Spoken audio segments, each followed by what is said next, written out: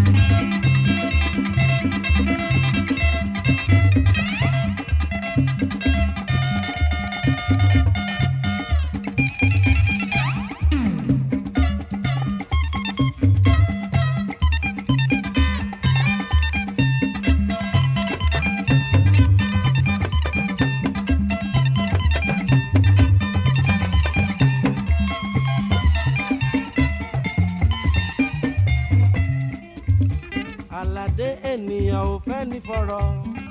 Àforí ẹni.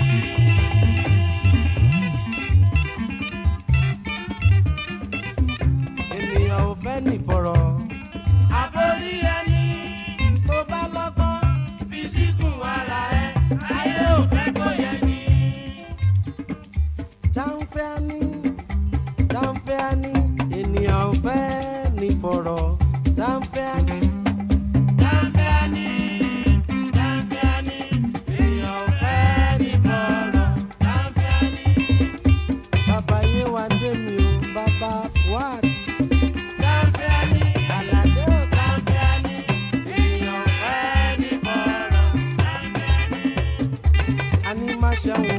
Alhaji Babs ní alálàdé.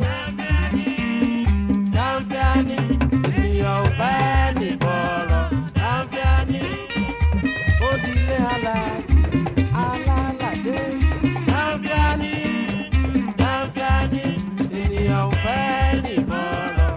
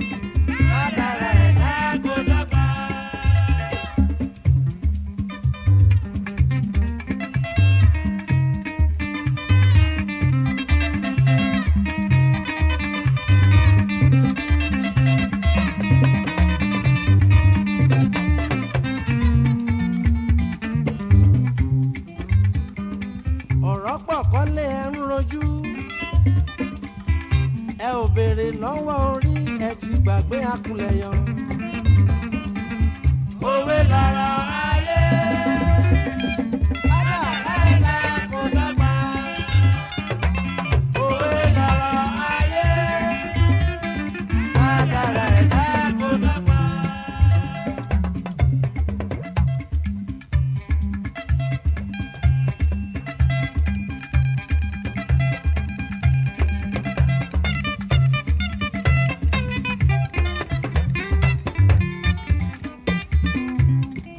Ọ̀ṣínú sì níjẹ̀bú òde òde o. Ọ̀ṣínú sì níjẹ̀bú òde òde o. Bọ̀dé Ránṣẹ́ ọmọlọ́lá níjẹ̀bú òde. Ọ̀ṣínú sì níjẹ̀bú òde òde o. Ọ̀ṣínú sì níjẹ̀bú òde òde o. Tiwa làyàn fẹ́rẹ́ kí Bọ̀dé o. Ọ̀ṣínú sì níjẹ̀bú òde òde o. Láìdé ọ̀rọ̀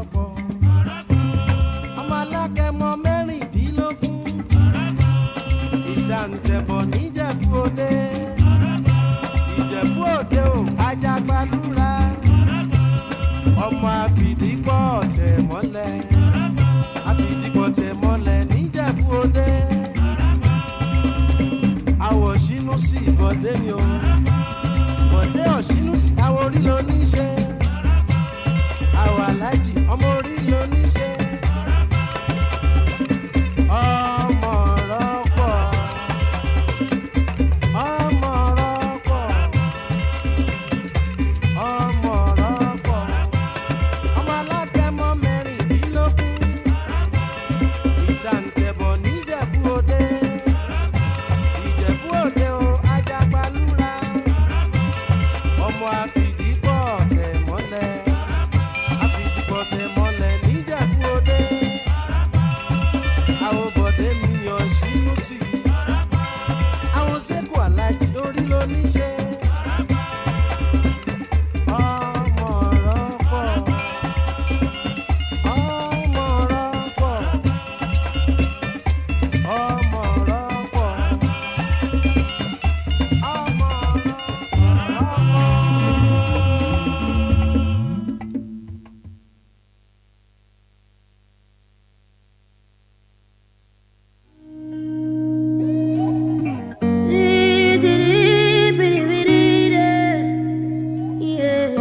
Dr. Dollar Entertainment. Kajo, kajo, kajo, kayo, kayo, kajo. Uyo me yo le uosa okami ode. Uyo me ya, oh uyo me ya le uosa okami ode. Uyo me ya, eh uyo me ya le uosa okami ode.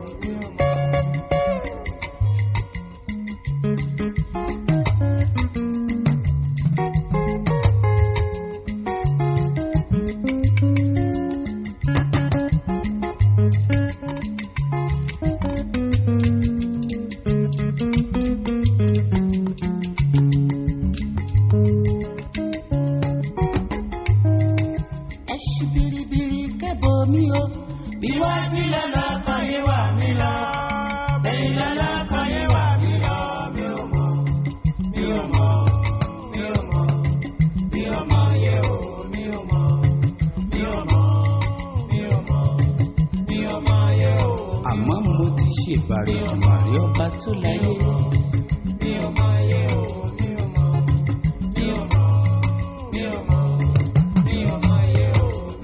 Mo ti ṣèbà gbogbo àgbà tí ń bẹ níwájú mi ò dé dọ́mọ.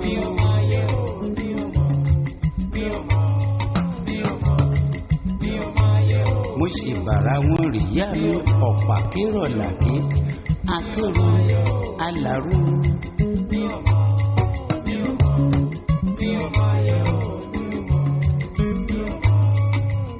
Wọ́n ní kán fọwọ́ tèmi wọ mí o e.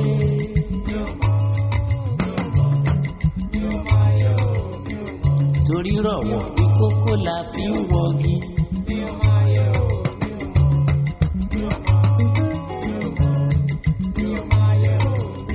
Ọwọ́ rorìṣà la fi ń wọra fín.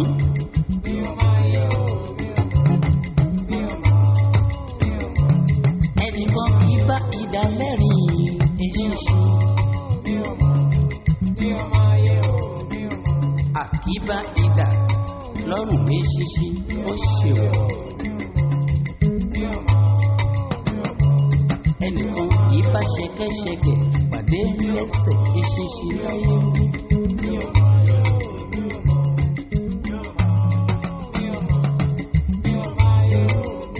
Àní wọ́n lọ para wọn fọ̀rọ̀ jàre o.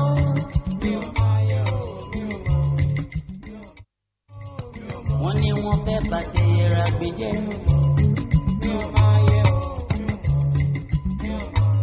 Wọ́n ṣèṣì wọ́n lọ kìyẹ́ ẹyẹ agbèbárò.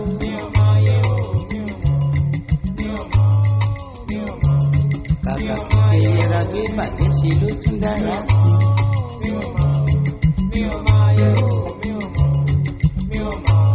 Wọ́n lọ para wọn pọ̀. Wọ́n ní wọ́n fẹ́ bàtí ẹyẹ àlùkò jẹ́. Wọ́n lọ ṣe ṣìkìyẹ́rà lóko bóso.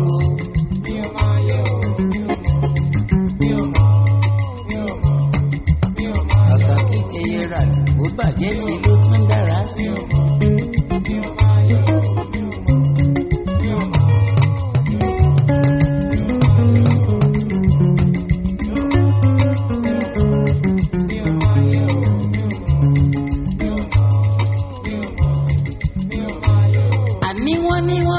tó dídẹrẹ́ mọ̀ pé jẹ́ o.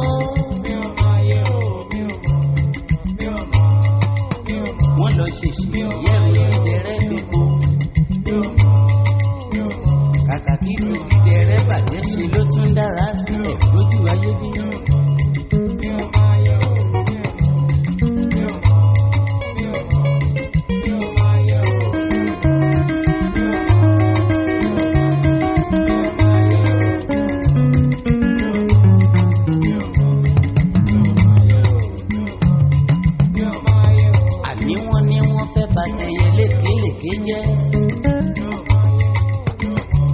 Wọ́n lọ kí ẹ̀bẹ̀ fún o. Kàkà kí tẹyẹ lékelèké bàjẹ́ ṣe ló tún dára sí. Ẹ ṣì biribiri tẹ́bọ̀ mi o. Iwájú lọ́lọ́kọ̀ ni wà mí lọ.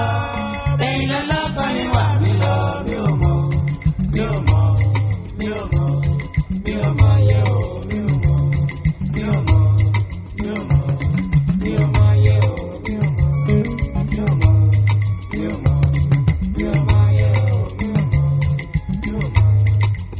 Wọ́n ní kí n má ṣiṣẹ́ kó mo ṣiṣẹ́ kó wọn ò bá mi wí rárá. Wọ́n ní kí n má tọ́ sáàlà mọ́tọ́ sáàlà wọn ò bá mi wí rárá. Wọ́n ní kí n má fi ìkódẹnu dí mo fi rù dí wọn ò bá mi wí rárá. Àkéké ló ní kan má torí mi pé àjà ló ní kan má torí mi jà. Ẹ ṣì biribiri kẹ́bọ̀ mi o. Iwájú lọ́lọ́kọ̀ yín wà mí lọ. Bẹ́ẹ̀ lọ́lọ́kọ̀ yín wà mí lọ. Mi ò mọ̀, mi ò mọ̀, mi ò mọ̀, mi ò mọ̀ yẹ o.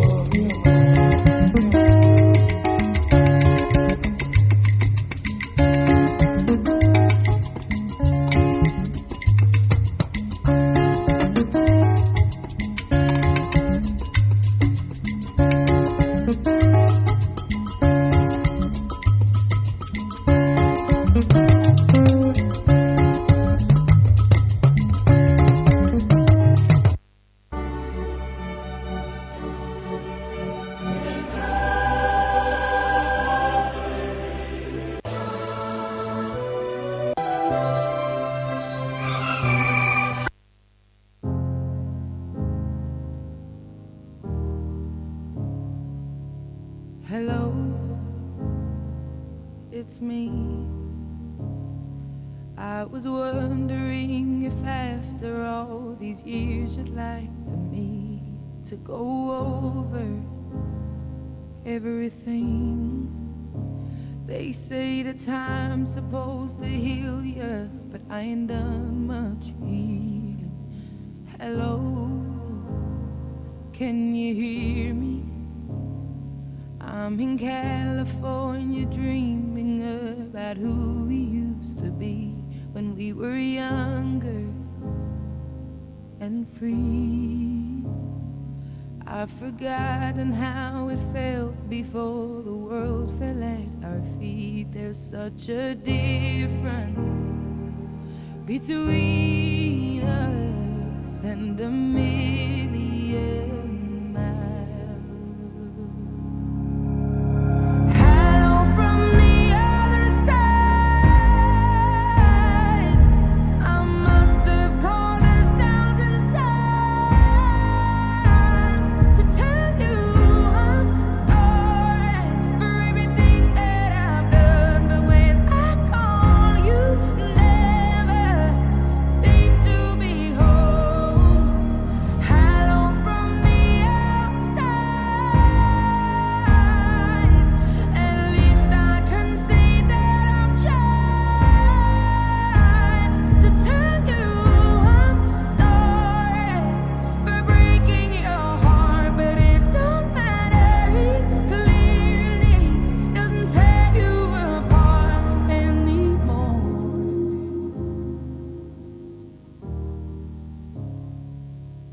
Hello, how are you? It's so typical of me to talk about myself. I'm sorry. I hope that you're well. Did you ever make it out of that town where nothing ever happened? It's no secret that the both of us are running out of time. So hello from the other side.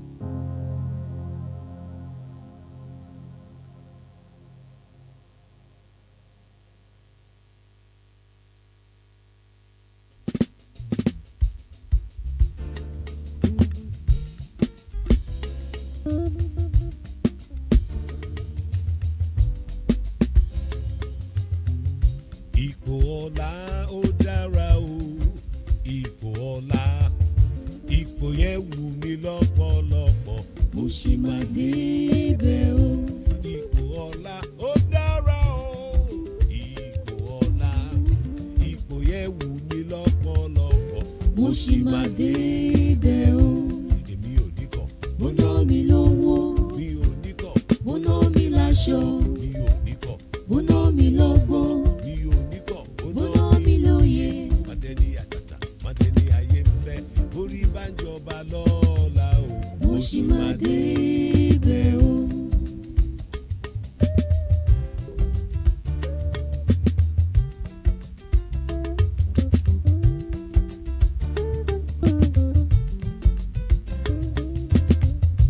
Ipò ọlá ó dára o.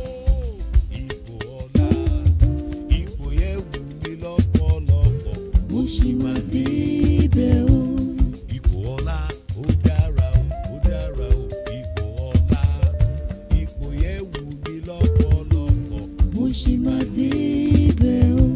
Èmi ò ní kọ̀. Mo ná mi lówó. Mi ò ní kọ̀. Mo ná mi láṣọ. Mi ò ní kọ̀. Mo ná mi lọ́gbọ́n. Mi ò ní kọ̀. Mo ná mi lóye. Màdẹ́ni àtàtà, màdẹ́ni ayé ń fẹ́. Orí bá ń jọba lọ́la o. Mo sì máa débẹ̀ o.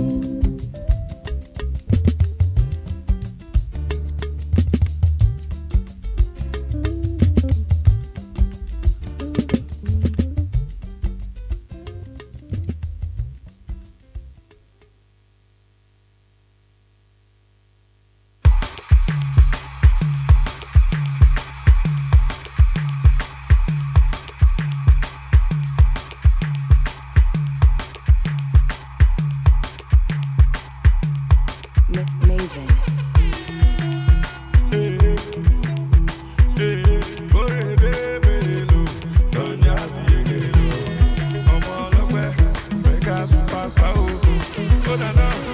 I don't get a lot, God the way. And I don't pay my rent, God the way. There be one for my hand, but God the way.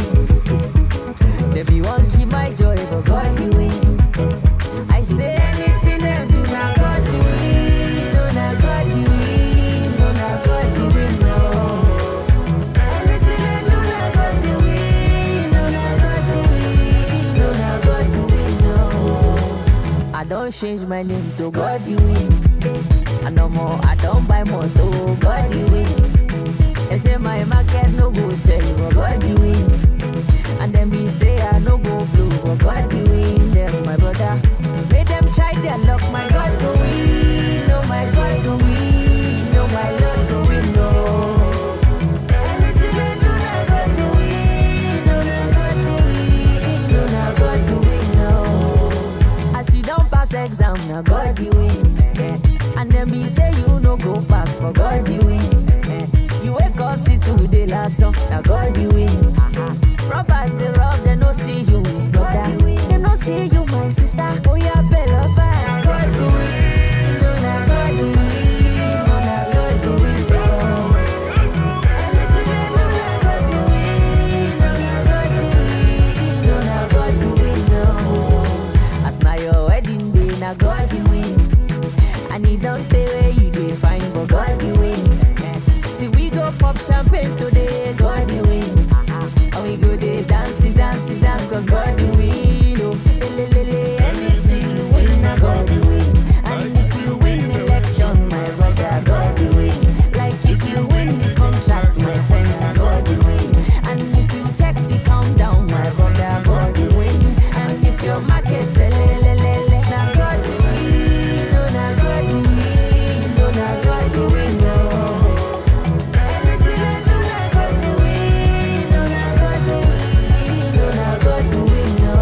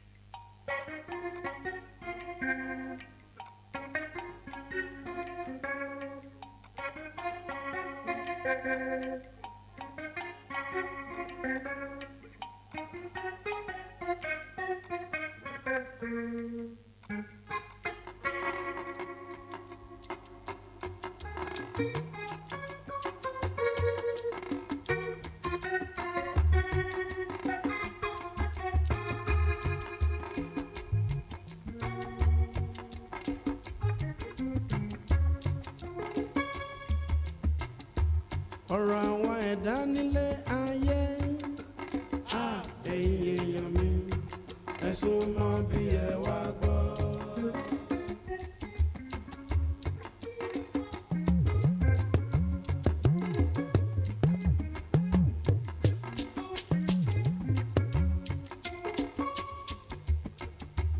ọ̀rọ̀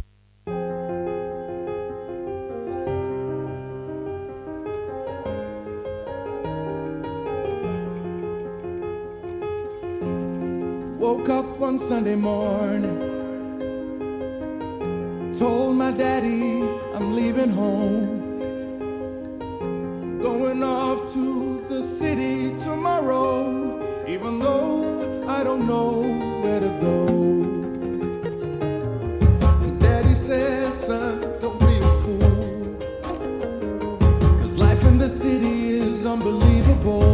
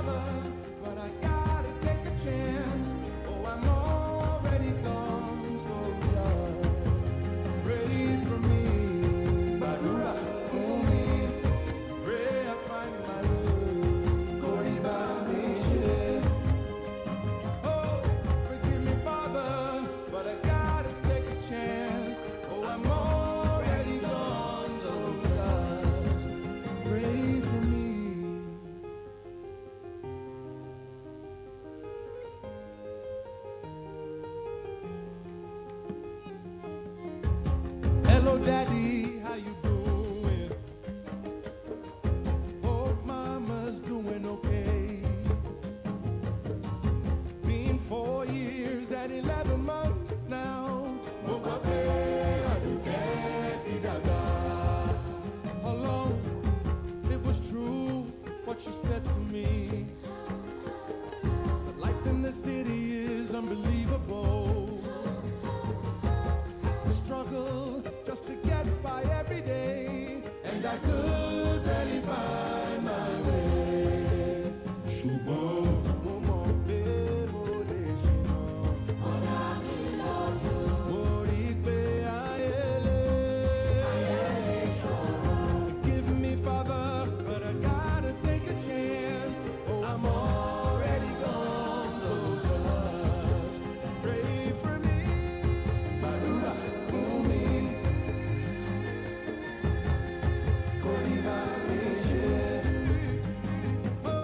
Forgive me, Father, but I gotta take a chance. Oh, I'm already gone, so just pray for me. Pray for me. Woke up one Sunday morning, told my daddy I'm leaving home, to the city tomorrow, even though I don't know where to go. And Daddy says, son, don't be a fool, 'cause life in the city is unbelievable. You could get broken, oh, you're just a little boy, and you may never find your way. And I said, I know I could get lost. I know I could get broken. Forgive me, Father, but I gotta take a chance. Oh, I'm already gone, so just pray for me. Badura for me, pray I find my way. Koriba Mishe. Oh, forgive me, Father, but I gotta take a chance. Oh, I'm already gone, so just pray for me. Badura for me, pray I find my way. Koriba Mishe. Oh, forgive me, Father, but I gotta take a chance. Oh, I'm already gone, so just pray for me.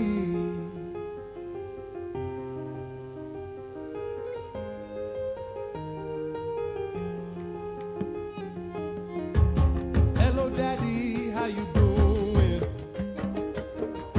Hope Mama's doing okay. Been 4 years and 11 months now.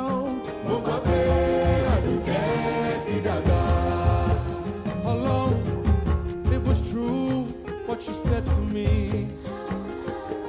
But life in the city is unbelievable. Had to struggle just to get by every day, and I could barely find my way. Ṣùgbọ́n mo mọ̀ pé mo lè ṣìnà. Mo rí pé ayé lè ṣòro. Forgive me, Father, but I gotta take a chance. Oh, I'm already gone, so just pray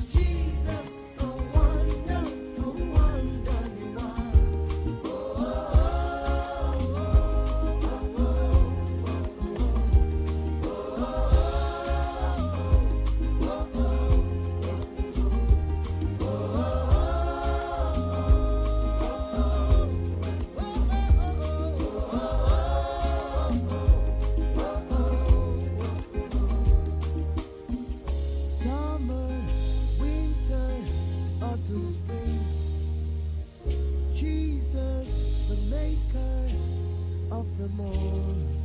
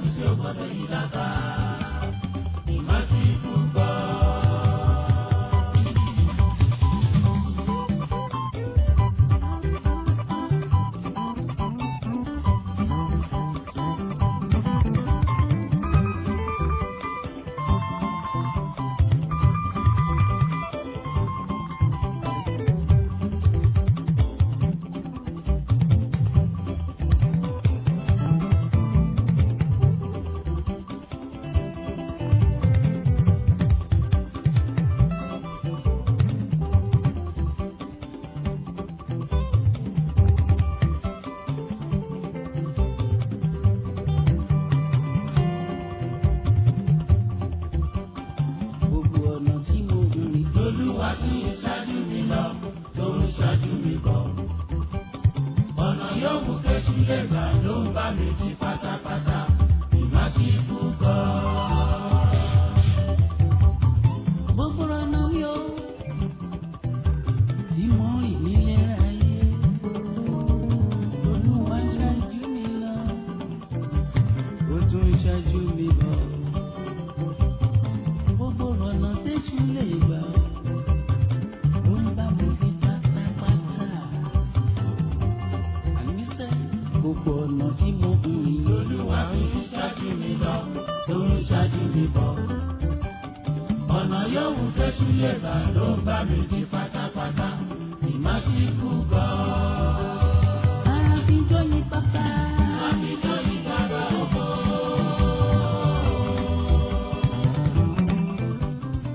Má fi yìn Olúwa.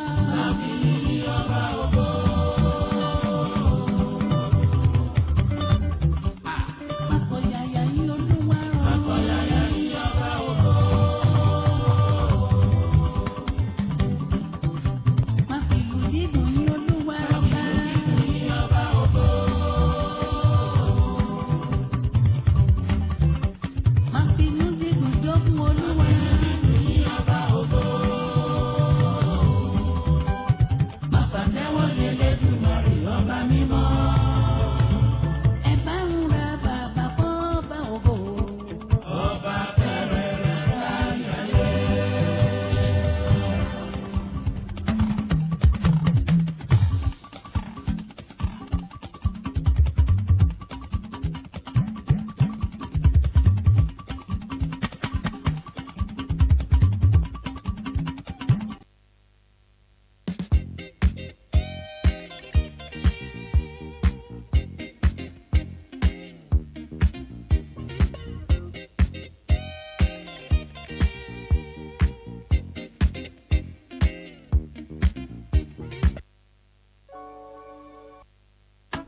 Jason.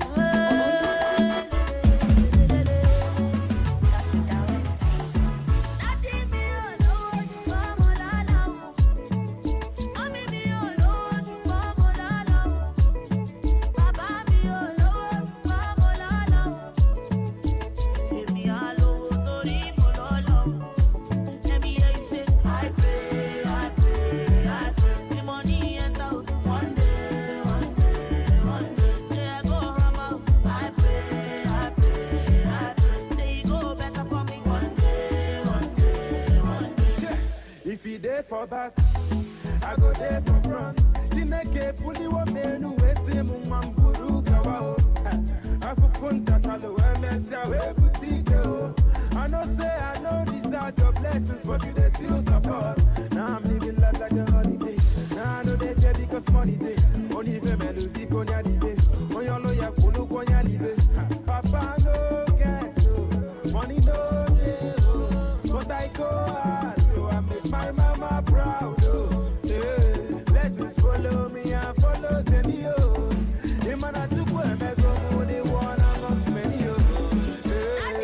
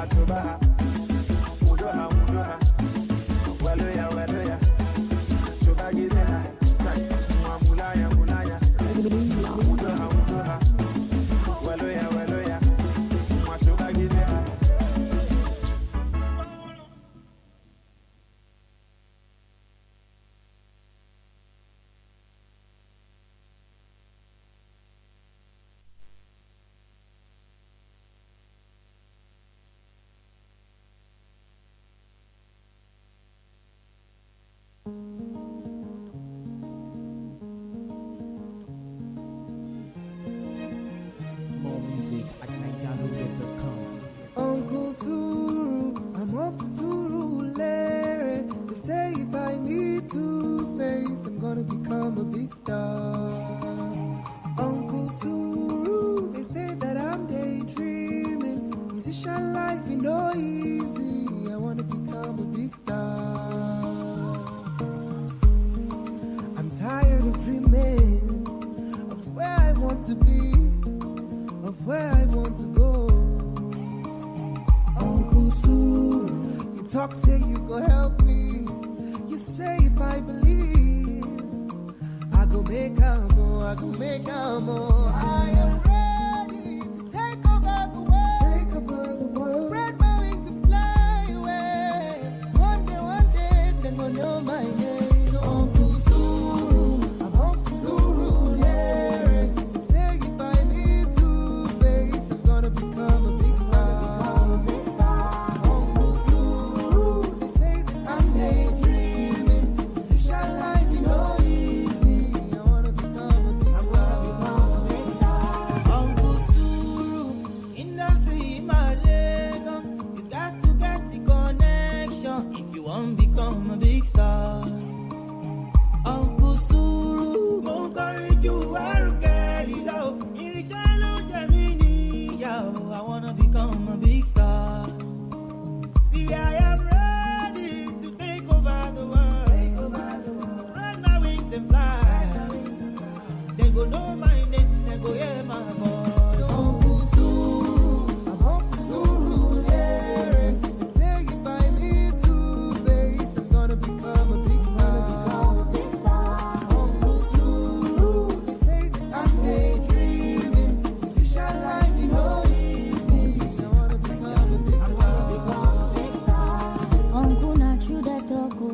This walk where we didn't know be local. From the time when I wake up, I dey hustle. Until my bank account to self wake up, I know. Say nothing can stop me now. My God, he dey hold me down.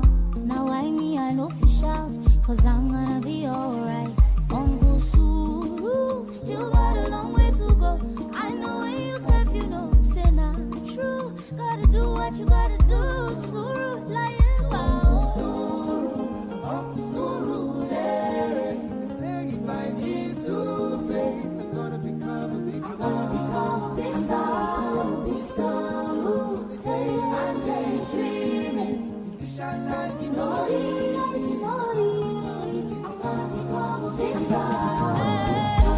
I will keep the faith alive. You talk, say you go help me. You say if I believe, I go make a more, I go make a more. I am ready to take over the world, take over the world. Spread my wings and fly away. One day, they gonna know my name. Uncle Suru, I'm Uncle Surulere. They say if I need to face, I'm gonna become a big star. Uncle Suru, they say that I'm daydreaming. Musician life, you know, easy. I wanna become a big star. Uncle Suru, industry my leg on. You got to get the connection if you want to become a big star. Uncle Suru, mo encourage you, Arukeli low. Irishalo Gemini, yo, I wanna become a big star. See, I am ready to take over the world. Run my wings and fly.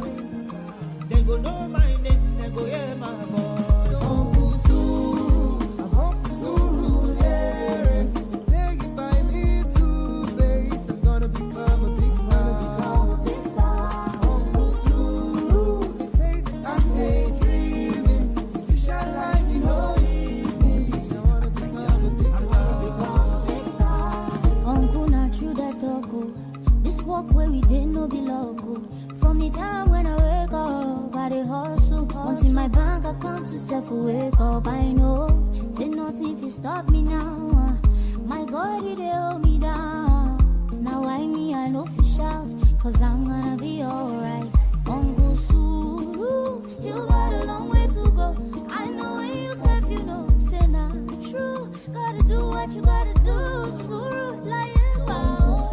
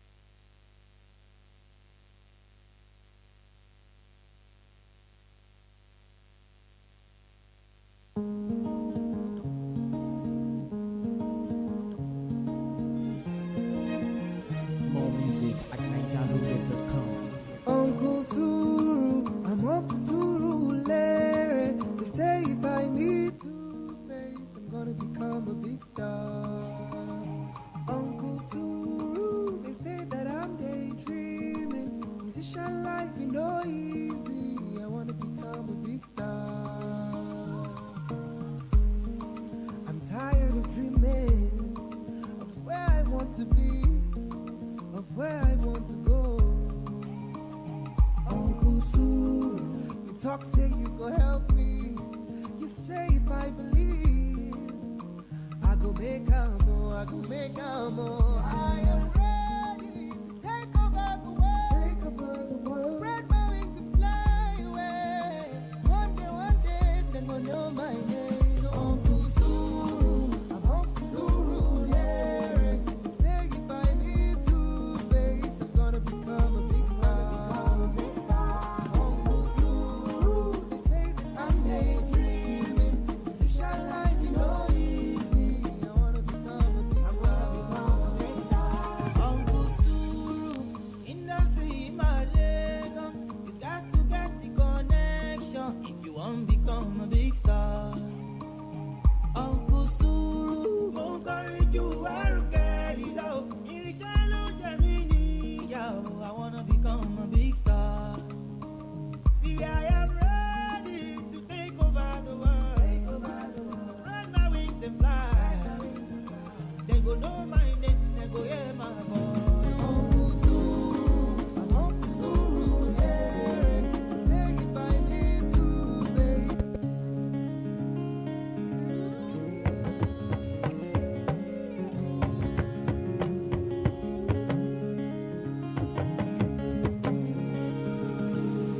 The grass is greener on the other side. That's what I thought before I took the ride. I burned my bridges so I'd never look back. But if I had known the life I was searching for was looking me right in the eye, oh. If I had known the life I was searching for was already my own.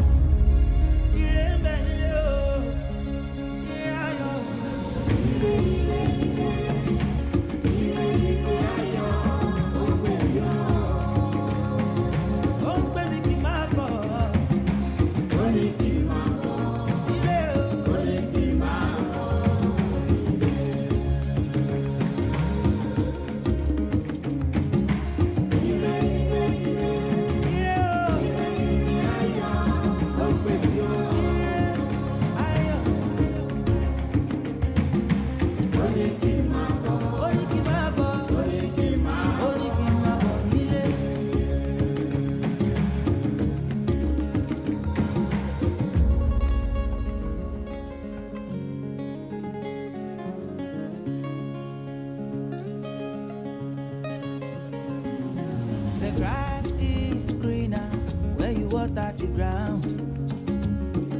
That's what I found when I took the ride. I realized the mountain I've been climbing is nothing but sand, yo.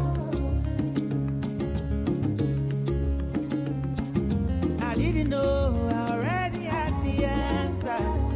No, I didn't know.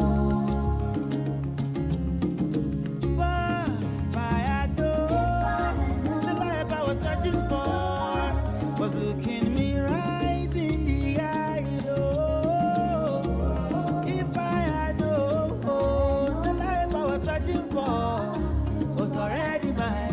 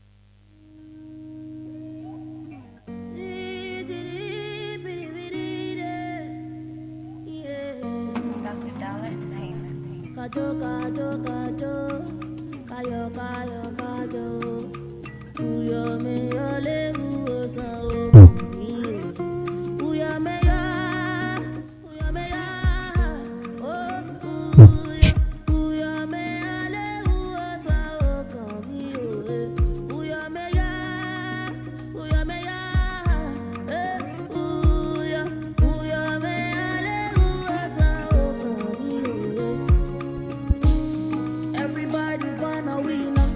Yeah, yeah. If only you just believe. Yeah, yeah. Close your eyes and come and see.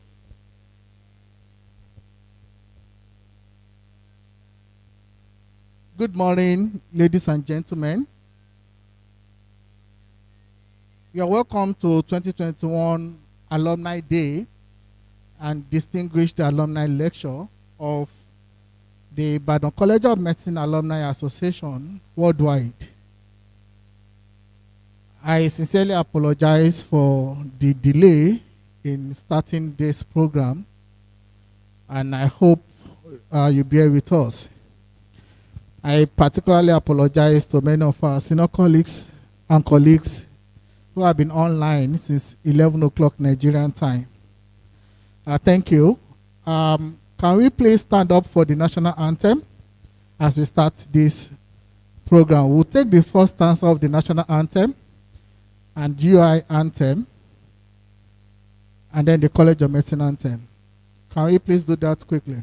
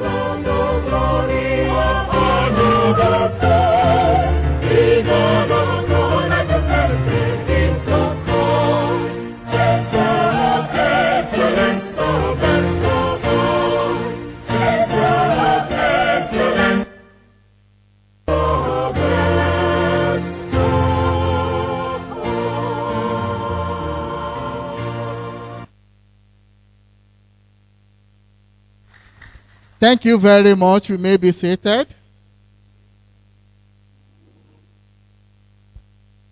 Once again, I welcome you all to the 2021 Alumni Day of ICOMAA Worldwide and a presentation of distinguished alumni lecture.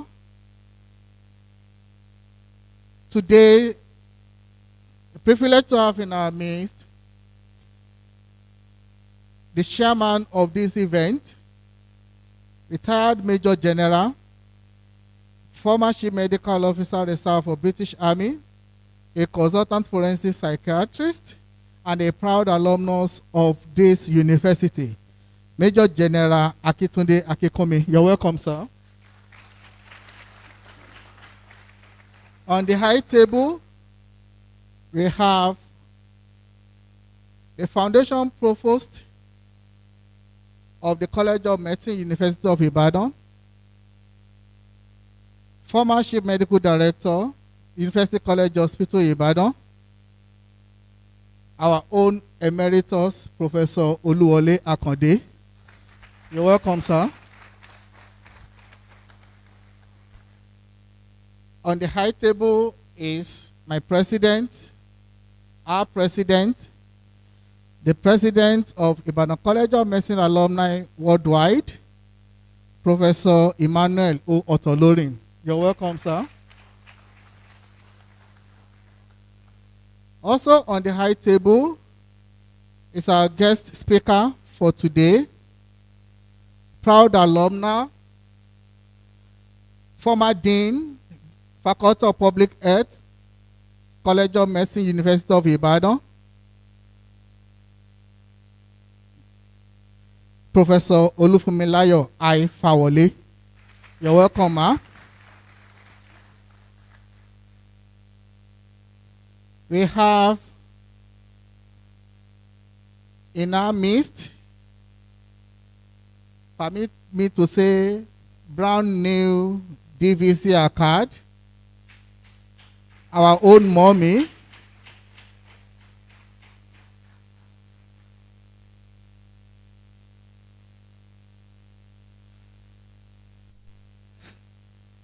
Professor Bayeroju. You're welcome, ma'am.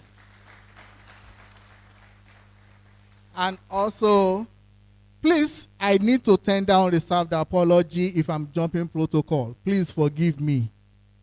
Please, I apologize, ma'am. And also, permit me to recognize him in his own capacity, the DVC admin, who is representing the Vice Chancellor, Professor Iwo Ayola. You're welcome, sir.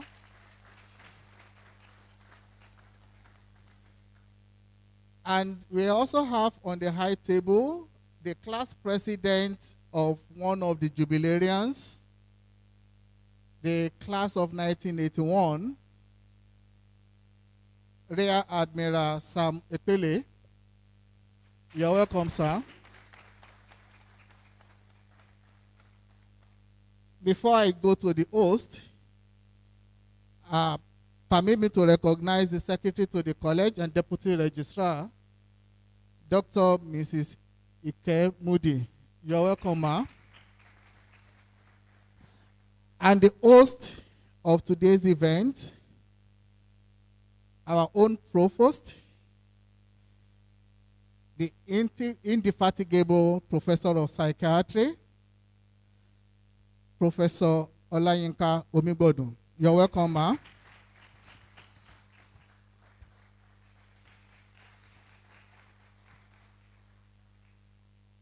There are many dignitaries to be recognized. I will do that in due season.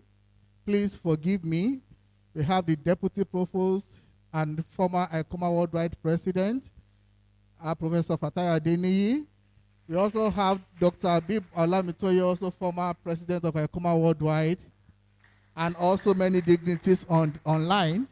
But I would like to especially now recognize our chief host, the one that brought all of us together, in person of the Vice Chancellor of University of Ibadan, Professor Kayode Adebowale, who is ably represented by the DVC admin, Professor Ayola. You're welcome, sir.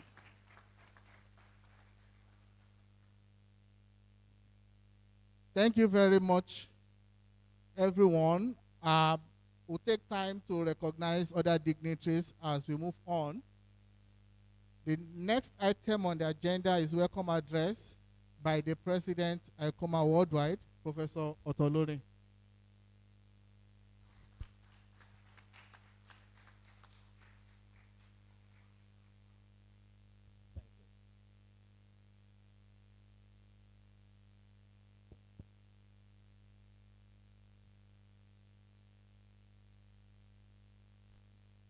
The chairman of this occasion, Major General Dr. Akintunde Akinkumi, retired but not tired, of the British Army and consultant forensic psychiatrist. They are Vice Chancellor represented by the Deputy Vice Chancellor Admin, Provost College of Medicine, Deputy Provost,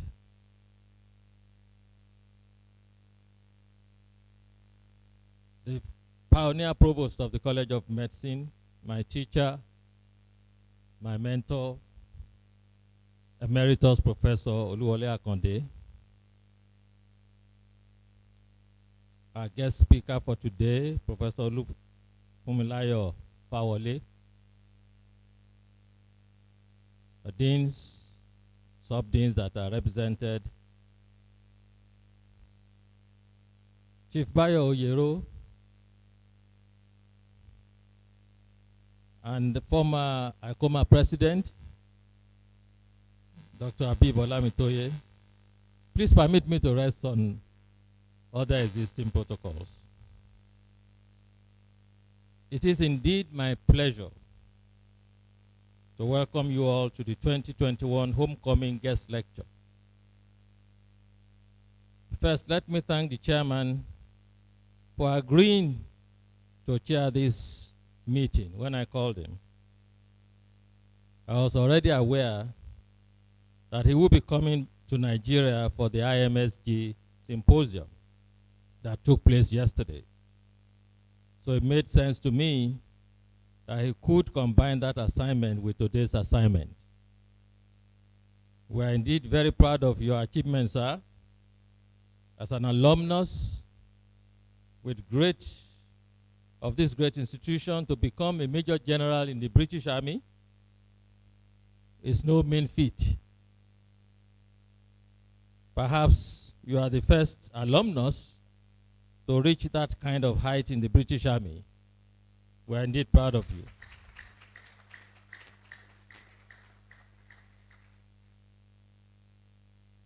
Secondly, it is my great pleasure to welcome our brand new Vice Chancellor of the University of Ibadan, even though he's not here, but he's ably represented. His appointment was really a breath of fresh air after some initial on Ibadan-like kind of politics. But we are grateful that the process ended very well. Please, sir, express our congratulations to him. I also take the opportunity to congratulate the DVC admin and the DVC academic for their achievements. To our guest speaker, Professor Olufunmilayo Fawole, it is indeed a great pleasure to see you after a long time. As you know, your late husband, Professor Bukola Fawole, was one of my very good and highly respected junior colleagues. We worked together when I was medical director of the Federal Medical Center, Abeokuta, when he made remarkable contributions to the establishment of the Department of Obstetrics and Gynecology. His demise a few years ago was a profound shock to all of us. Mr. Chairman, with your kind permission, I would like us to rise up for a moment of silence in his memory.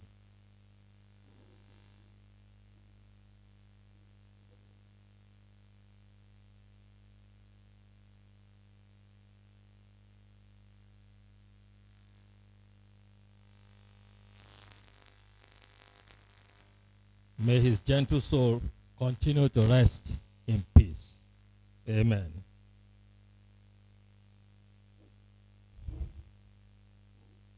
Time really flies. It is exactly 1 year ago that I was inaugurated as president of ICOMAA Worldwide. It was in the middle of the COVID-19 pandemic.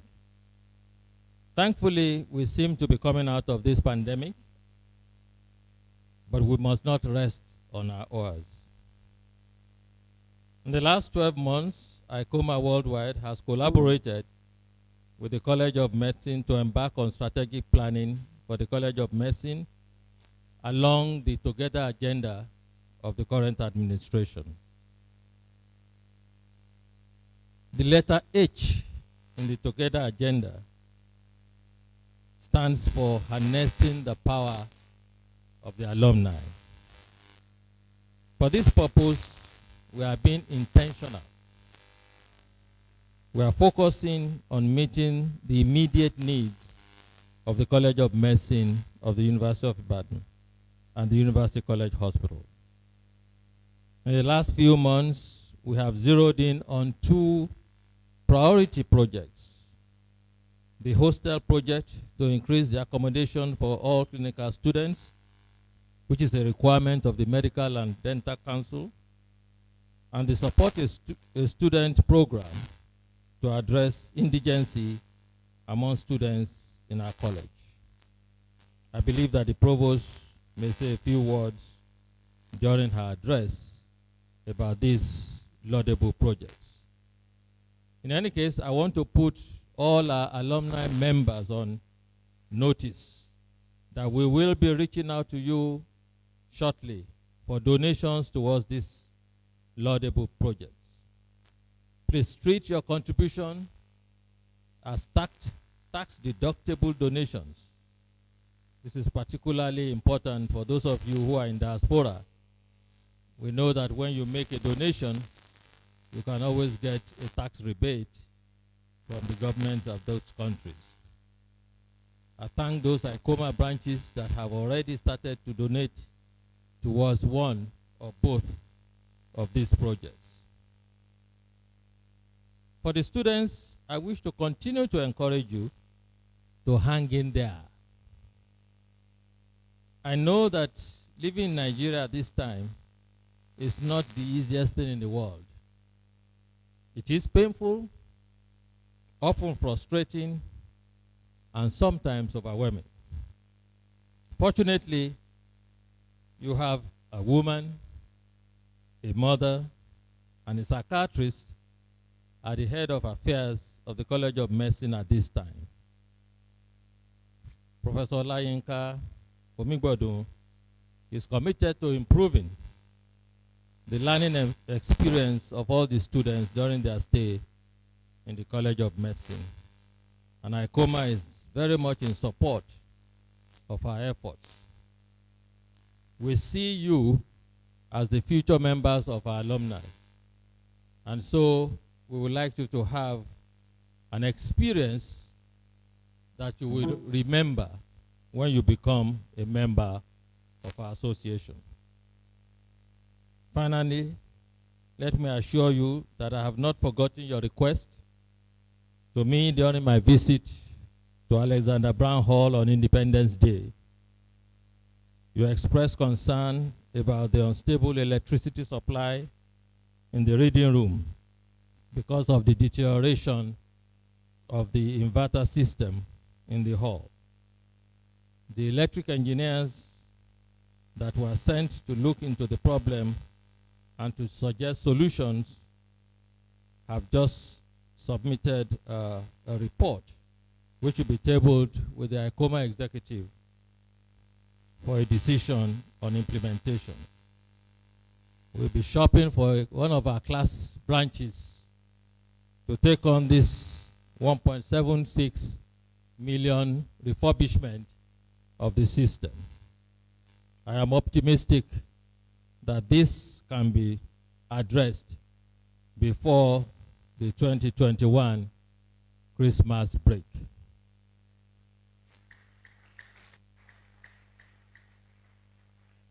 Mr. Chairman, distinguished ladies and gentlemen, I thank you all for your attention.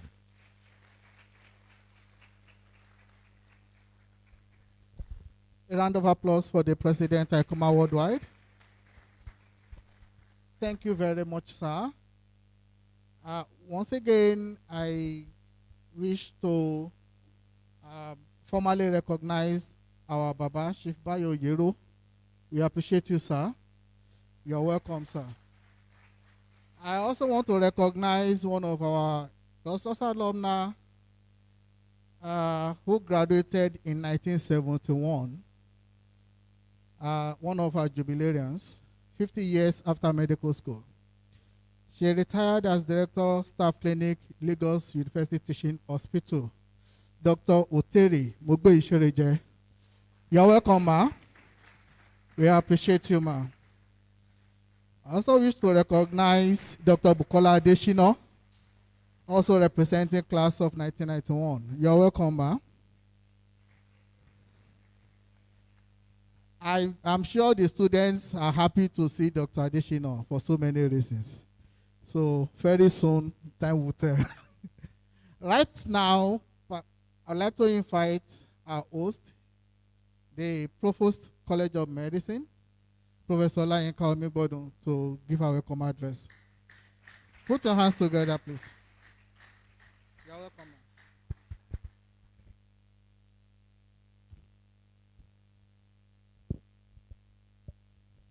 The chairman of this occasion, our very own Major General, and a colleague in the world of mental health, a distinguished world-class forensic psychiatrist. I must add that he has been on the faculty of the College of Medicine for many, many, many years as an adjunct lecturer, and we are very grateful for all you've been doing. The Vice Chancellor is also brand new. He started work on the 1st of November after a 17-month process. But we're extremely delighted that he has emerged, and we really wish him well. And he's ably represented by the Deputy Vice Chancellor Administration, Professor Ayola. We thank you so much for coming. We appreciate you. And of course, our own big sis, you're going to fly, sorry sir, but we have to look, we're so excited that we have a strong, beautiful presence right there on the main campus, right from here. And we're praying for you. Our Deputy Vice Chancellor Academic, Professor of Ophthalmology, Professor Ronke Bayoroju. I know that the Vice Chancellor has a formidable team. That is the Vice Chancery. Yes, himself and the 3 Deputy Vice Chancellors, you are going to take on the world. And this university is going to rise up. You are unstoppable. You are unbreakable. And indeed, when the time comes at the end of it, we will all say, indeed, this is what the Lord has done. Yes, because we know that when a process takes 17 months of lots of prayer and intercession, when it comes forth, it's for a glorious purpose. Congratulations.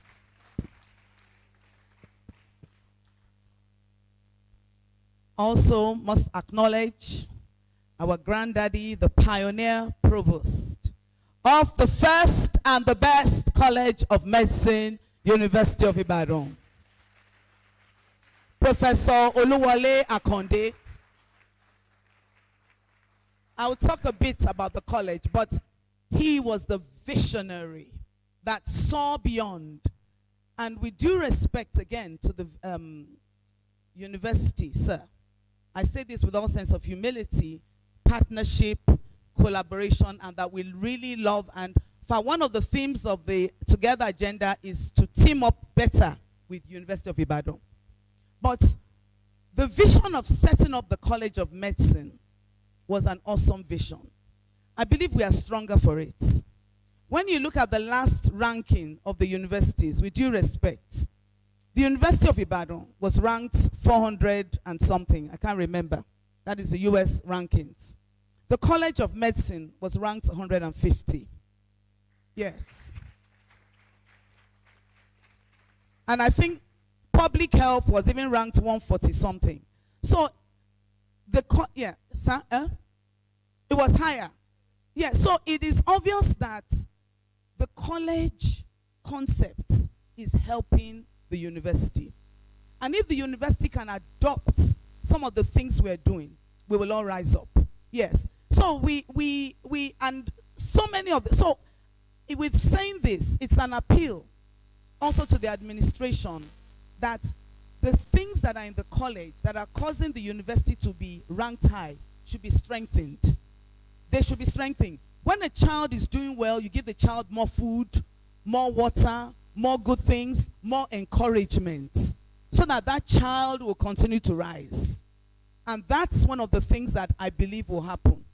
So that the other parts of the university, we have more collaboration, but the College of Medicine should be given more resources to really fly. Thank you so much. God bless you. And then the Ibadan College of Medicine Alumni Association worldwide president, our very own, my teacher, a distinguished professor of obstetrics and gynecology, Professor Dikpo Otolunri. We appreciate you, sir. And I must again apologize. We are your children. So when we don't do things, you know, Professor Migbodu Mill was always telling me that you are a stickler for details, for process, for procedures. You're always on time and so on and so forth. You know, some of us are learning to catch up. So God will help us. Thank you so much for your patience with us. And also our guest lecturer today, our very own alumni of the class of 1986. That's 1 year behind me. Professor Olufunmilayo Fawole. You are a distinguished professor of epidemiology, world-renowned, very highly published, known all over the world for the excellent work. We are really looking forward to hearing from you. Thank you so much. And of course, I must acknowledge my own deputy provost, none other than Professor Ade Fatai Adeni, dutiful, diligent. You know, yesterday we were at work till 9 p.m. At some point, his wife called him. And I said, over the phone, his wife is my mentee. So it's a family affair we have there. I said, Yetunde, he's coming home now. Oh. Don't let the amala get cold. Anyway, so she was a bit worried. We had a lot of things to do last night. And we were working very hard in the office to quite late. And of course, the Deputy Registrar and Secretary to the College, Dr. Ike Oluwamudi, we acknowledge your presence. All heads of department, deans and directors. I saw the Dean of Faculty of Public Health, heads of, and I must acknowledge my classmates, Dr. Abib Olamitoye, a past ICOMAA president. Always available for us, always there. Always there. We appreciate you. And of course, Chief Bayo Oyero, who is immediate, he has served the college in the Court of Governors for several years. And we are so grateful that he's here with us. He's also a father of 2 distinguished alumni of, of this College of Medicine. So he's one of us. And he's representing his children here. And of course, I must acknowledge all our past executives, current executives of ICOMAA, and all our distinguished alumni, distinguished ladies and gentlemen, and the chairman of the Student Welfare Committee, Dr. Bukola Adeshino. Thank you so much. I'm going to call her up at some point to speak. We were all here in the college till around 9 p.m. yesterday, but you didn't get any phone calls, did you? That you should come home. Because these are difficult times in our... I just want very briefly to share some things. We're about a year in office, and it's beautiful to know your history. I know we're running a behind time, but I'll just try and pick a couple of things. We all know that the college is, and particularly because of our students, our very wonderful students. Some of you, I apprehended you as I was moving around. We gave you lecture-free day. You were supposed to be here.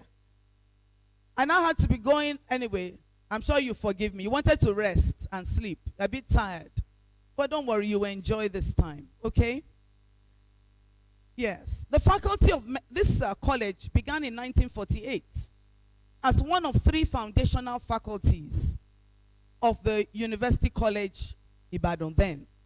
There were 3 faculties: medicine, arts, and science. That was in 1948.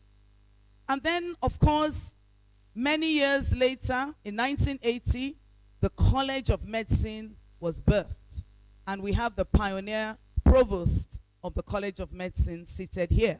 And we're very, very delighted, because one of the things that the visionaries did, when the college started, there were just 2 faculties and an institute. Faculty of Basic Medical Sciences and Pharmacy, and Faculty of Clinical Sciences and Dentistry. And then Postgraduate Institute for Medical Research and Training, which is PIMRAT. Now we know it as IMRAT. And then the Faculty of Pharmacy was created, and then it became autonomous in 2002. So the Faculty of Pharmacy was actually a part of the College of Medicine. But the College of Medicine was established by an act. That is the College of Medicine of the University of Ibadan, Statute, University of Ibadan, Statute number 2. It says, thereby established as an integral part of the university, a college to be known as the College of Medicine of the University of Ibadan, which shall be a body corporate with perpetual succession and a common seal, and power to sue and be sued in its corporate name. So we have that privilege, and that we are semi-autonomous. So we have some things, even though we are an integral part of the university, that we still enjoy some benefits and suffer some disadvantages sometimes, because we are far away.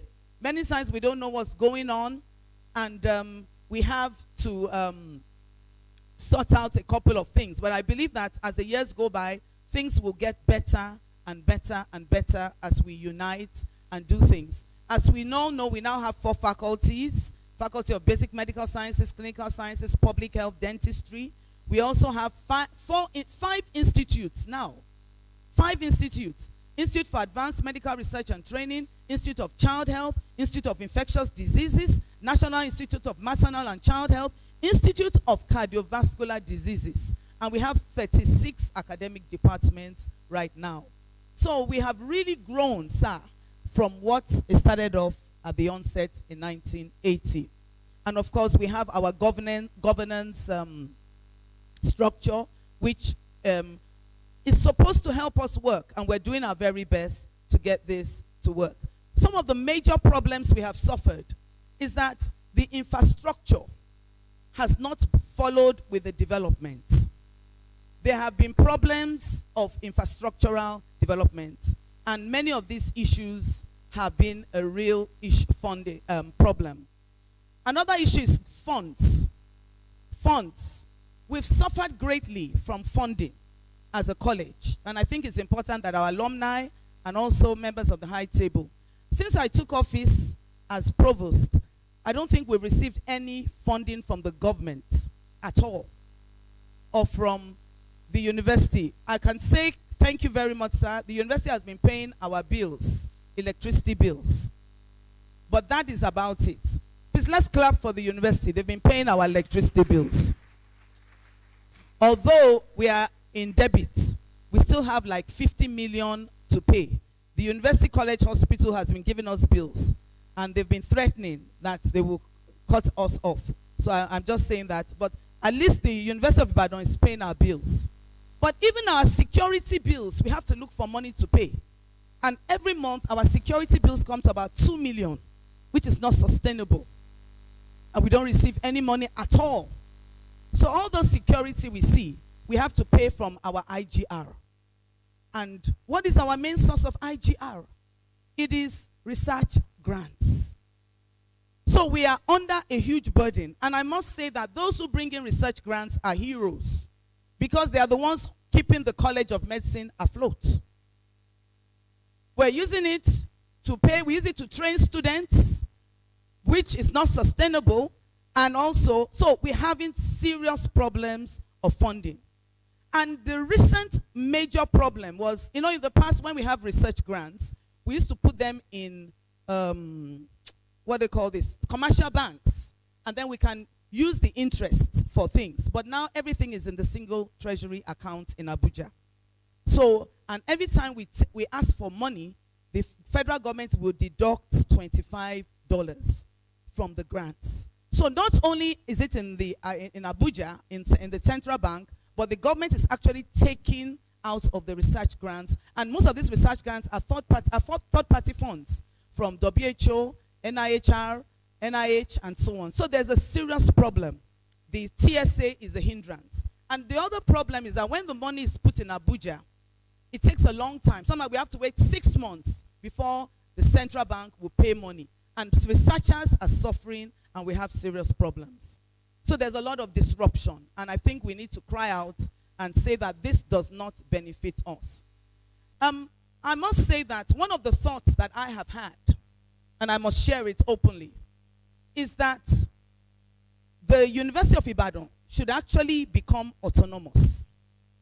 And what I mean by that is the federal government can pay salaries, but everything else, they allow the university to charge students competitively.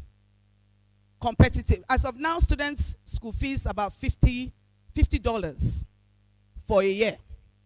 And that's not competitive.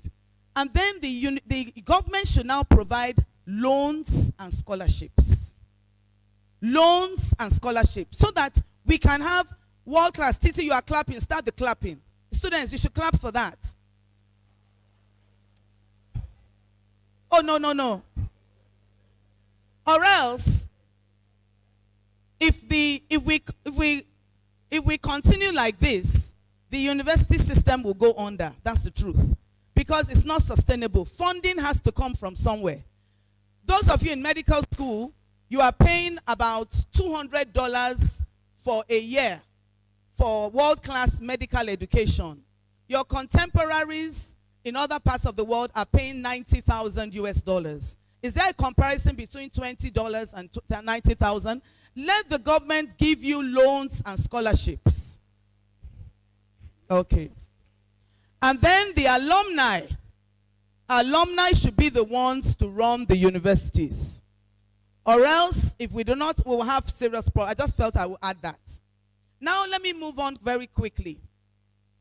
We have a together agenda that we are carrying out. And there are many aspects that I mentioned. Some of the aspects that we're trying to optimize staff productivity. We're trying to internationalize what we do. We're getting international faculty and students. We're trying to harness the power of alumni. But one of the key aspects that we're looking at is getting our students ready for the global stage. And we have put in a student welfare committee. I don't see why the students are making noise about that if you want to pay school fees. You want to access, you want to have world-class education. And I'll be honest with you, students. You are accessing education at $200 a year. And then when you finish, how many of you want to go abroad? Everybody. So you are training people at next to nothing.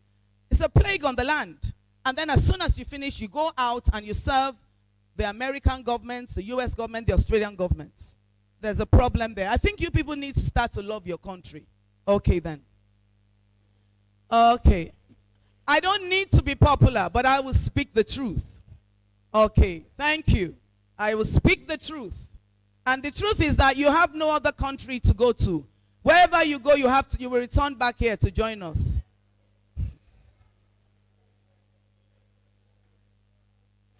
Okay then. Okay, yes. Thank you.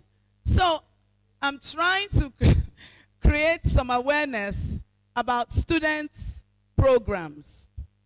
One of the major issues we've done is we discovered that many students are suffering. So we've put, one of the first things we did was to put a wellness and a counseling service in place for the students. We had to employ a contract staff. The contract staff is being paid from my research grants. So I'm bringing in a lot of staff on my research grants to power the government institution. That's what we're doing, and that's the truth. How many of you know Chooks? You know Chooks from BCC. Chooks, are you here? Chooks that has been doing a lot of things. Oh, no, yeah. He's paid 100% on my research grant, but is working full-time in the College of Medicine. Because we are finding that we don't have enough staff. We're bringing in our personal staff to serve the College of Medicine so that things can stay afloat. The wellness and counseling service you have is being powered not by the government. The lady there who is a Master's of Science in Child and Adolescent Mental Health is paid as a contract staff from our research grants. We also have, I'll just summarize now because we also are trying to do e-learning. I must let you know that when we started e-learning, when we wanted to bring you in, initially we had to use our personal funds. It's important for the students to know. The tabs that were in ABH came out of my bank account. The 20 Zoom licenses that we got for your e-learning, I had to pay for them and eventually look and try and get a refund. So we are doing a lot, and the deputy provost and myself, yes. We are using, a lot of our personal resources are being plowed into the college to make sure the college can stay afloat. It's important for you to know that. So we have a student welfare committee. But before I go there, I just want to appeal to, we are trying to get a hostel. The University College Hospital has given us over 8,000 square meters because we want all clinical students to be in the campus. All clinical students. So we are appealing to alumni. We are appealing to you. If you know people that are good who want to contribute, we are costing and breaking down the cost, but you can start to donate. By the end of this week, hopefully we'll have the account, which will be under ICOMAA, because ICOMAA is spearheading the building of the hostel blocks. So you can decide you want to buy a room, and it will be in your name. If you want to buy a block, you want to buy a step, whatever, the cafeteria. We're going to work together and join hands together and build a hostel block. I think you should clap for yourselves. And then finally, because we realize that some of our students are indigent, we put in place a special committee to look at that. Initially, when we first made an announcement that students who can't pay their fees should please indicate, I received 1,000 letters. Yes, I have the letters in the provost office.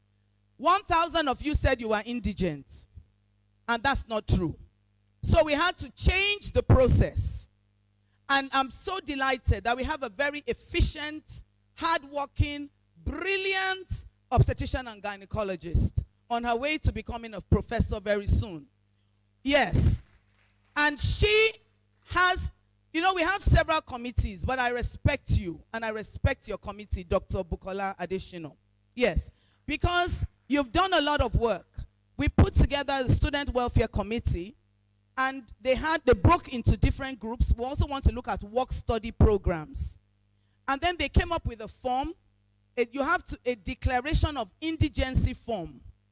And then we now ask people who need it. And we had 53 people who applied. From 1,000 the first time when we just said apply generally, to when we said you have to declare indigency, and if you are found not to be telling the truth, you will be sent to the student disciplinary committee. From 1,000, it dropped to what? 53. Yeah. And so because we have to try and be ahead of you a bit. And in the last couple of days, she's been working with a team. They have been interviewing all the 53. And I must appreciate IMSG. They have given us 2.5 million. And they are giving us, for the next 3 years, Every year, they're going to give us 2.5 million, particularly for MBBS students, indigent students. I must acknowledge Dr. Habib Olamitoye, who has said he's going to sponsor 5 MBBS students. What? 2.5 million every year. For how long, sir? For as long as it's needed. As Lord gives you breath, He will give you breath. Amen. So, Dr. Olamitoye is going to sponsor 5 indigent MBBS students. Our ICOMAA president says he will sponsor 1. Thank you, sir. And I know others are going to come. You know, at this rate, DP, we have to try and see what we do. We have to sponsor. We can't just be here. But we are really appealing to people. And the scholarship will be in your name. So the scholarship for Dr. Habib Olamitoye will be, Habib Olamitoye Scholars. Those are that's the name. The students will bear the name of your sponsor. Very important. So I'm going to ask Dr. Additional to come up and tell us some of our experiences with the interviewing. Like I said, she's been working till very late at night, interviewing all these students. And she has so many stories and some requests. But while she's come up, I want to tell you also that we have a crop of very brilliant people in our midst here, these students, and we need to stimulate them and really make sure they get very best. So I hand over to the chairperson of our Student Welfare Committee. Thank you so much. God bless you. Thank you so much, ma'am. The chairman of this occasion, all protocols duly observed, distinguished ladies and gentlemen, please allow me to recognize in a special way the teachers who taught the teachers who taught the teachers who taught me. Emeritus Professor Akande and Professor Dipo Otolorin. Those are who we call grandfather teachers. So thank you so much, sir, for impacting on us. I also want to thank the provost who gave myself and members of the committee the opportunity to do this work. I will not take too much time, but what we have tried to do is provide a framework. Like she said, when the request first came, if you cannot pay your school fees, so indicate. There was an avalanche of requests. But we also knew that there were, among those requests, there were people who were truly indigent. And if we did not come up with a way of sifting through, it meant that those people who were truly indigent will not benefit. People will lose trust in the system and will say that, oh, you're giving these funds to people who do not need them. So we had to come up with some form of structure, framework, and that is what we want to share with you today. Next slide, please. So, how do we operate? The convener, myself, all the sub-deans in the college are involved because they also tend to know the people who are truly indigent. Because from interacting with the students, sooner or later, they know the people who truly are in distress. So they are there. We also have some stakeholders, and we have student representatives, and we have the administrative staff. We have a WhatsApp group that we put together, and we also meet virtually. Because we started during the COVID, and so we had to start virtually. Next slide, please. Terms of reference, come up with a framework for the scholarship, and also to support the students. A work-study scheme, a student loan scheme, and then also come up with a framework for how student associations will interface with the management. Next slide, please. So you may not see some of the details there, but what we've tried to do here is break down the details that students in each course or department would need. What is their tuition, the HPTL levy, the accommodation, and monthly upkeep? How much will they require? So this is what we have tried to do. It is important because by the time we go out and ask for funds, people also need to know what exactly they are putting their money into. Some are interested in MBBS, some BDS, some physiotherapy, some human nutrition. And so people also, and then some it's just, look, I have funds and I want to make it available. So we also need to tell them this is what we have done with your funds. Next slide, please. Now this is the form. No, this is the form that the donors will feel. They will indicate which course, because there must also be accountability. If you give funds, some people have given funds for MBBS students. We will not be able to use those funds for human nutrition without their permission. People must trust the system. Then that way, if they've given 2.5 million this year, they can give 5 million next year, because they know that there's transparency and accountability. Next slide, please. And this is the form that the students have to fill. Now, there's some rigor, like she has said. It has to be endorsed by parents, by faculty, by the HOD or the sub-dean, and then I think somebody else. By the time you take your form to 4 people to sign, you really have to be indigent. I shared the experience. My daughter once tried to apply for a scholarship, and I think by the time we filled maybe a 20-page document, because they will ask for everything. By the time you are filling that, you really have to be indigent to fill it, or you really need the funds to fill it. So by the time you are taking it to 4 people to fill, you must really need the funds. So next slide. And so this is the form that will inform the students. Now we have some students who have applied for 100% of everything. 100% tuition, 100% HPTL, 100% accommodation, 100% monthly upkeep. You may not have the funds for all of that, but we can tell you what the funds that we are giving to you, what is it meant for. So like we discussed in the committee, of course the HPTL comes first. We must be able to stay in school, we must be able to pay your tuition and HPTL, and then we can now look for other ways of supporting you. So what the funds that you are being given, what will it be meant for? So that is what we'll try to do. Provide some framework, documentation, transparency, and accountability for who are we giving the funds to. And then like she said, we have about, I think it's actually 57, ma'am. There were 17 MBBS, 10 BDS, 13 BMLS, 5 human nutrition, 5 physiotherapy. There are 3 physiology students who applied. And I think by the time we finished, I'm not sure, some of the sub-deans who came, some of them were tearing up. One student, for example, did not fill details of his father. And then by the time we asked, because we score, now, because that's another thing, we have a scoring system based on the information. If you've lost both parents, of course you get a higher score than somebody whose both parents are still alive. If you have, depending on if both parents are traders, your score will be higher than if both parents are civil servants. Of course, we know they are civil servants and they are civil servants.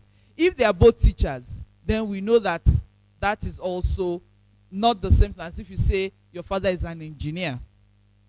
Now, so this particular young man did not feel anything in the space for father. And then we asked him, you have not filled because we need to give you a score.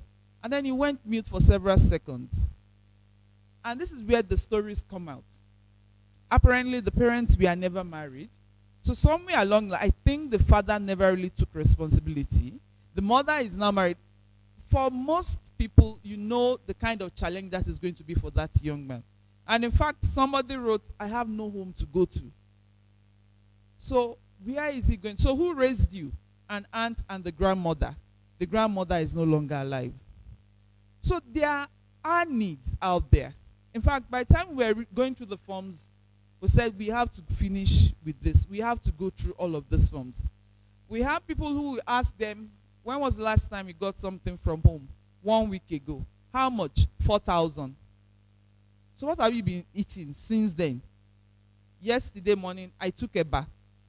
I was even going to Gloucester, and then the people beside me said, what kind of soup did you use? There was palm oil, dried pepper, and Maggi.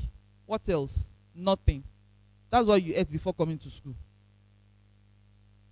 Then you ask somebody, where were you this? When was it you? Someone, and actually a lot of them are actually enterprising.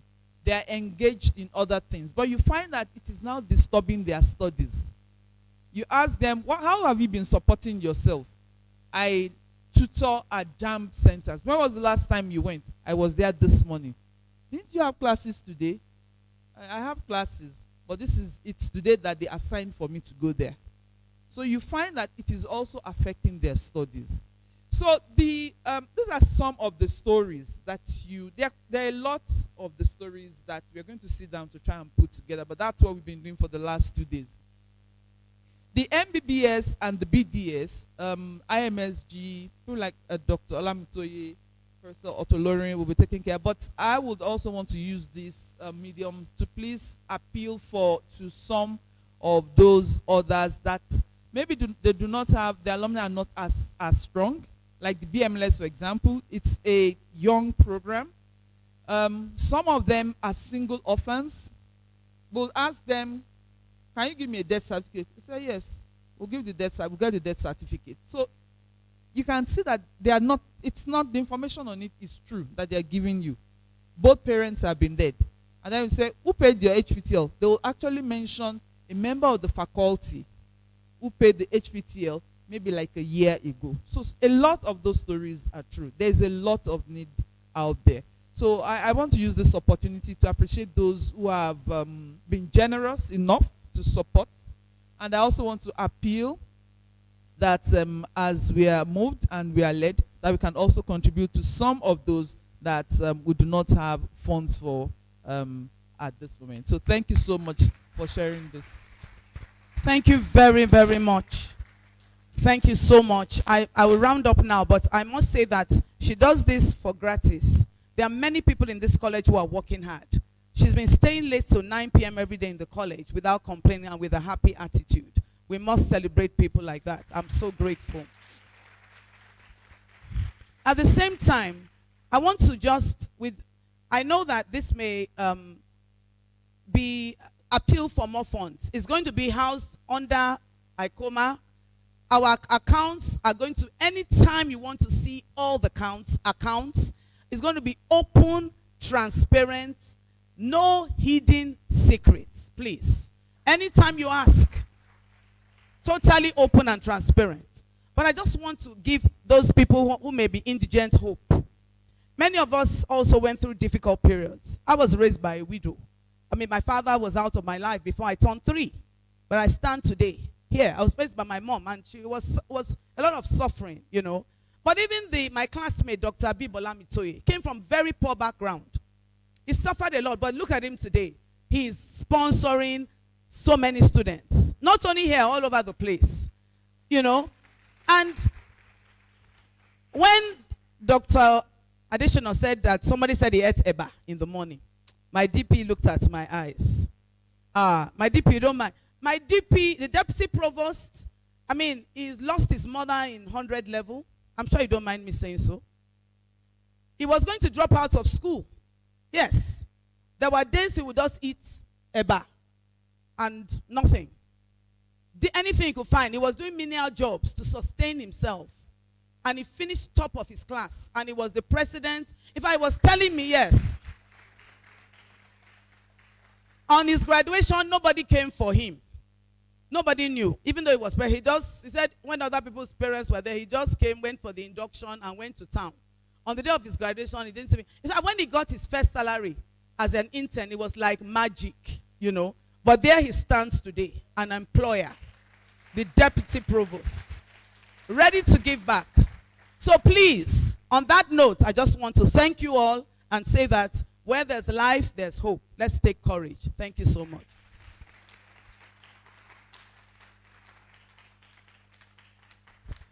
Thank you very much, ma'am.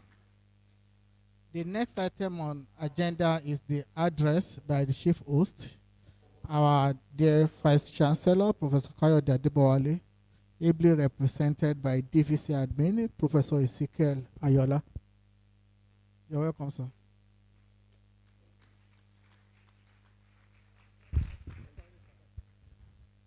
Okay, thank you very much.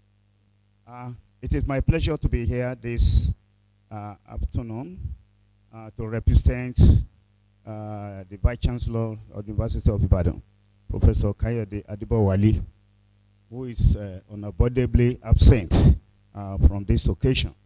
He sent his apology because he has to travel to Abuja and Sokoto in preparation for the forthcoming graduation ceremony. And that is why he asked me to stand in for him. Let me start by saying that Professor Adibowale, the Vice Chancellor, and all of us, we hold the College of Medicine in very high esteem. Yeah. And I remember when I was a member of council, we interacted with the former provost, Professor Olufunmilayo, when we were we are studying how we can improve the ranking of the University of Ibadan. And we find out that the College of Medicine has been a very important component in the ranking procedure, going by what the college contributes in terms of citations, in terms of quality teaching, in terms of outlook, international outlook. And then the university has no other choice but to emulate the good step that the College of Medicine is giving. I also believe that at the present time, those of us that are lucky to find ourselves in administration in the university will not hesitate to revisit all those laudable recommendations that will continue to move the university forward in respect of what the College of Medicine has already done. Thank you very much. I'd like also to say that arising from those of us that all of us, the college staff, the university staff have elected at this time around, we know that surely there is divine intervention and that we have been called to duty to actually serve the university meritoriously. And that is our prayer, that we'll be able to do just that. Let me end by saying that Professor Adibowale is welcoming your opponent. He said the other time that he's going to run a God-fearing administration, an open administration that is open to all of us, to people from the college, for people from other parts of the university. And that whatever advice that our colleagues in the college has, so don't hesitate to put it forward. And of course, we recognize the fact that Professor Bayeroju from this place is also representing this college at the highest level of administrations in the university. And then we are going to be deliberating together and to see how we can make this university great once again. Thank you very much. Please accept the assurance of my Vice Chancellor, Professor Adibowale, who I'm representing. Thank you very much, and we wish you successful deliberations by the ICOMAA in this homecoming event.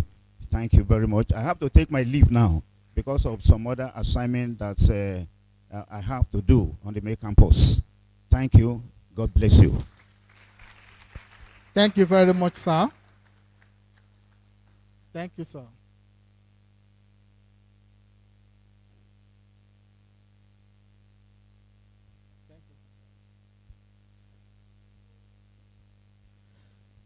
Thank you very much. The next item is the chairman's opening address. I invite the chairman of today's distinguished alumni lecture, Major General Akintunde Akekomi, retired, for his address.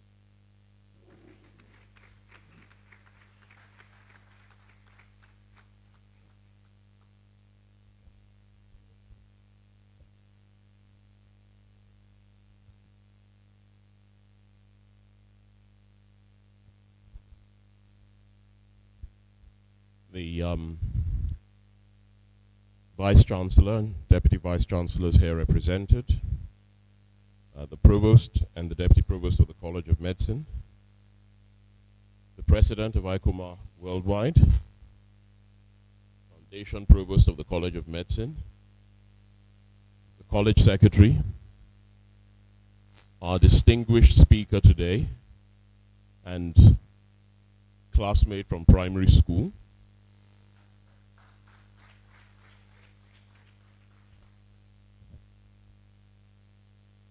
before I go any further, I just want to kind of remind you of a very popular saying around here, which is that shoe gets size.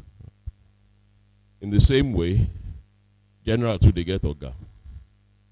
And it gives me, none of you will have any idea what a relief and a pleasure it was for me to be sitting next to my boss, Rear Admiral Sam Epele.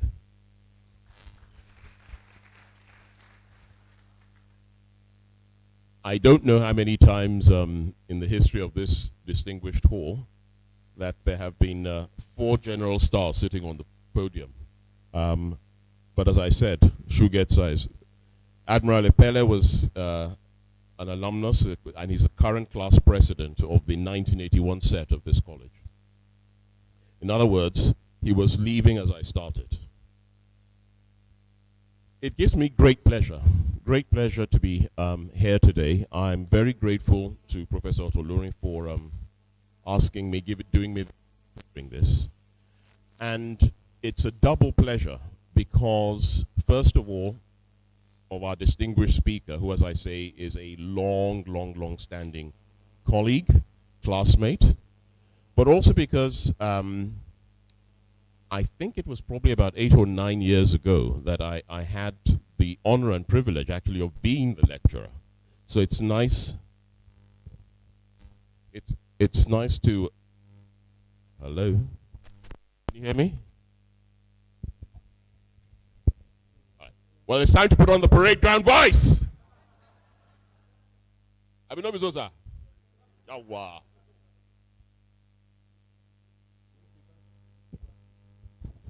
As I was saying, it is it's a double pleasure because 8 or 9 years ago I had the honor of being the distinguished, invited speaker.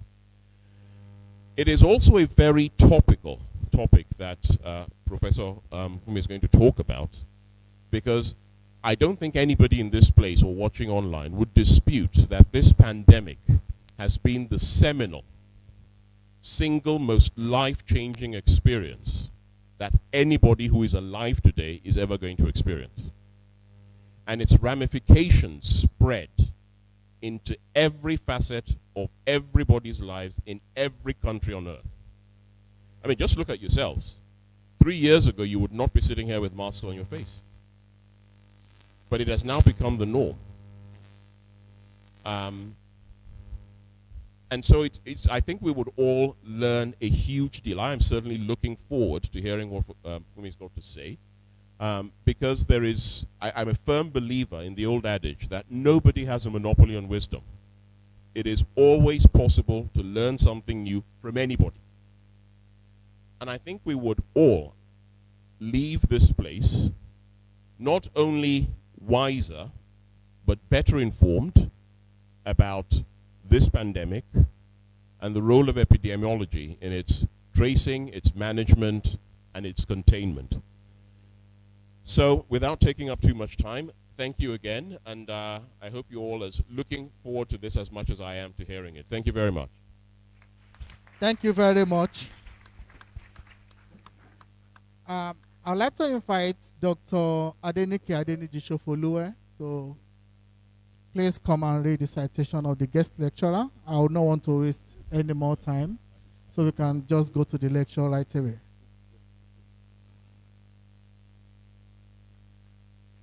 Let's put our hands together for her. Good afternoon, Chairman of the occasion.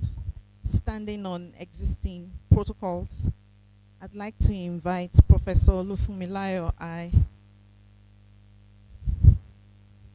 Fawole to please be upstanding, ma. Please come forward.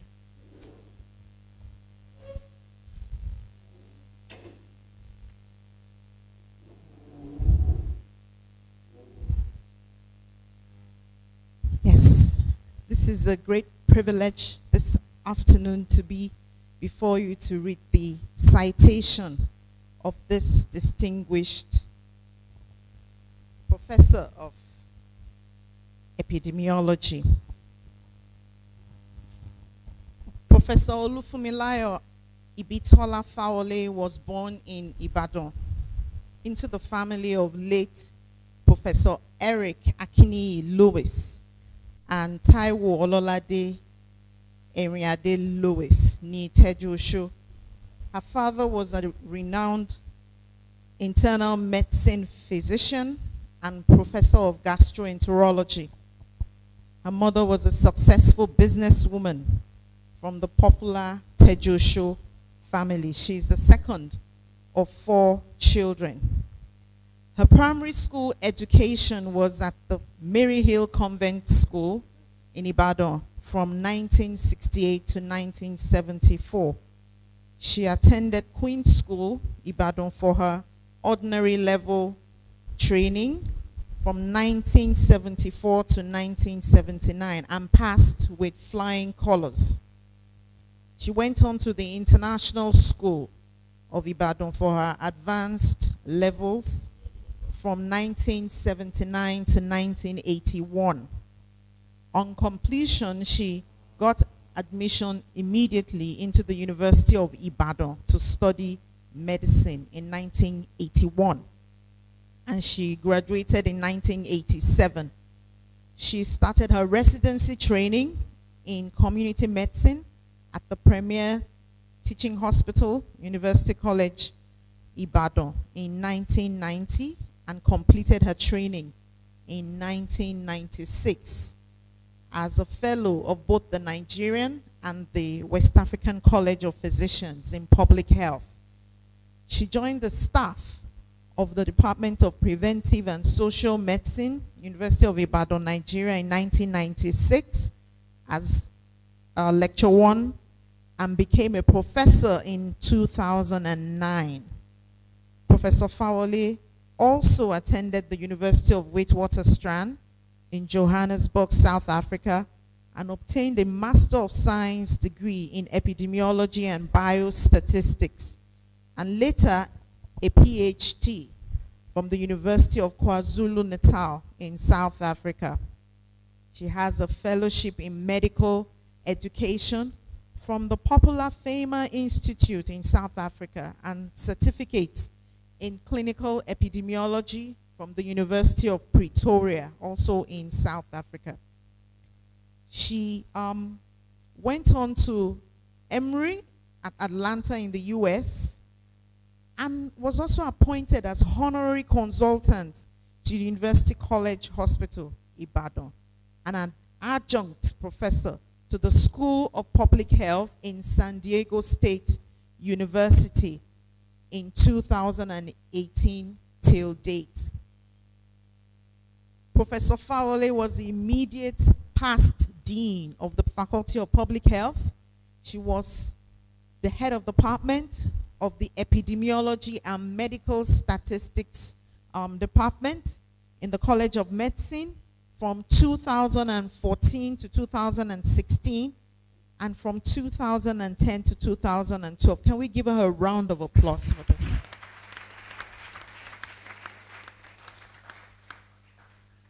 During her time as head, she initiated and obtained National University Commission's approval for creating 2 more departments.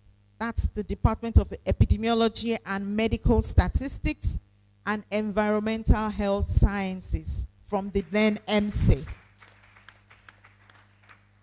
Under her leadership, a new program, the Master of Science in Clinical Epidemiology, was also birthed.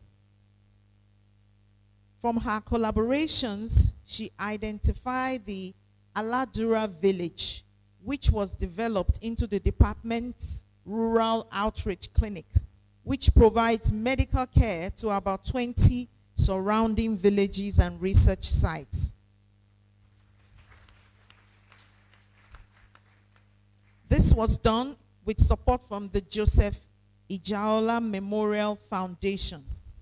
She was a member of University of Ibadan, University College Hospital Ethics Review Committee from 2007 to 2012. She's a pioneer member of the Epidemiology, Medical Statistics, and Environmental Health Faculty of Public Health, College of Medicine.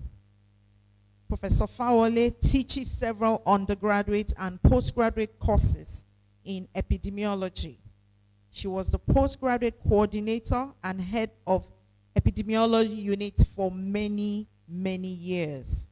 She supervises postgraduate students from different faculties to date. She has supervised more than 200 master's students, 2 PhDs, and 15 fellows of both the West African and the national postgraduate medical colleges. She serves as external examiner to a number of universities, both within and outside the country, such as the Ladoke Akintola University in Oshogbo, the Olabisi Onabanjo University in Agoiwoye, and the Obafemi Awolowo University in Ile-Ife. She also serves as an external examiner to the University of Malawi, Makerere University in Uganda, University of Cape Town, and KwaZulu-Natal, also in South Africa.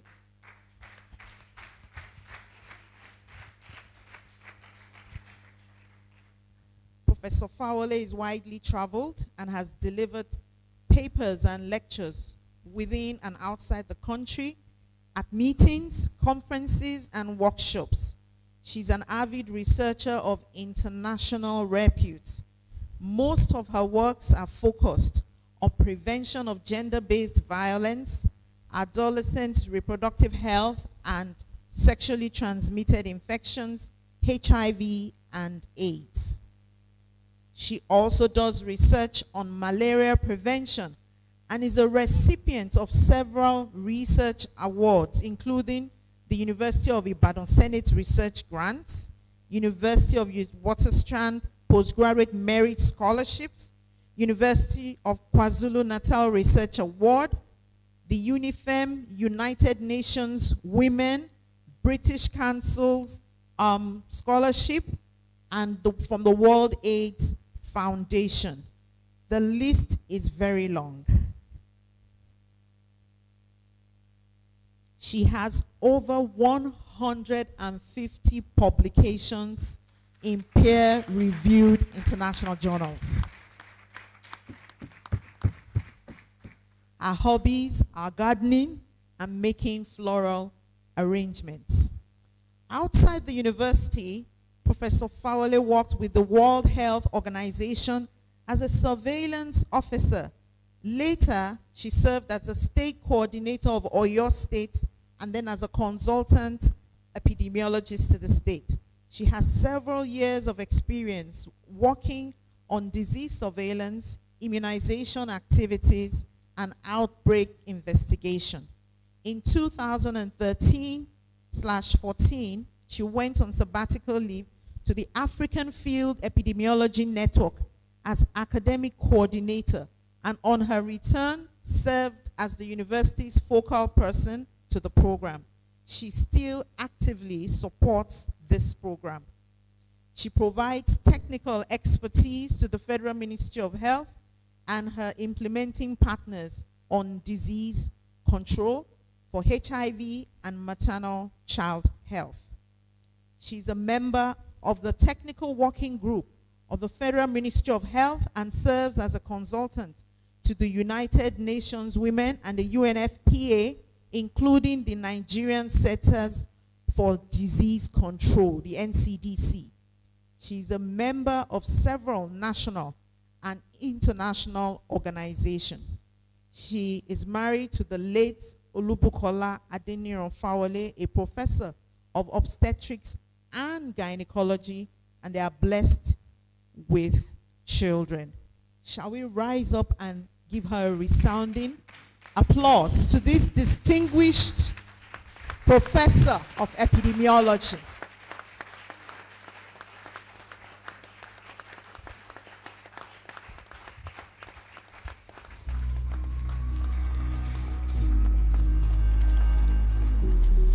So as I call on her now to give her lecture on COVID-19 response in Nigeria, testing, surveillance, and maintenance of essential health services.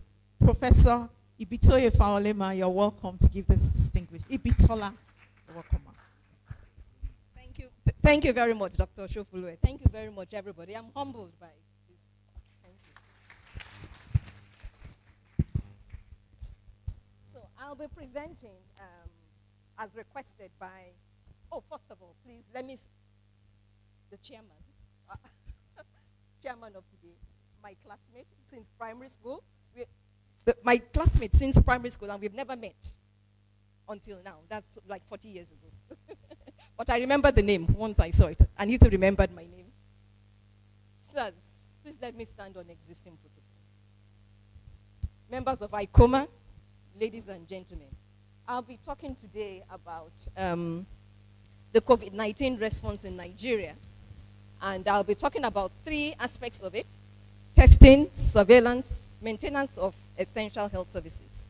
It's an honor. Yeah, thank you, ma'am.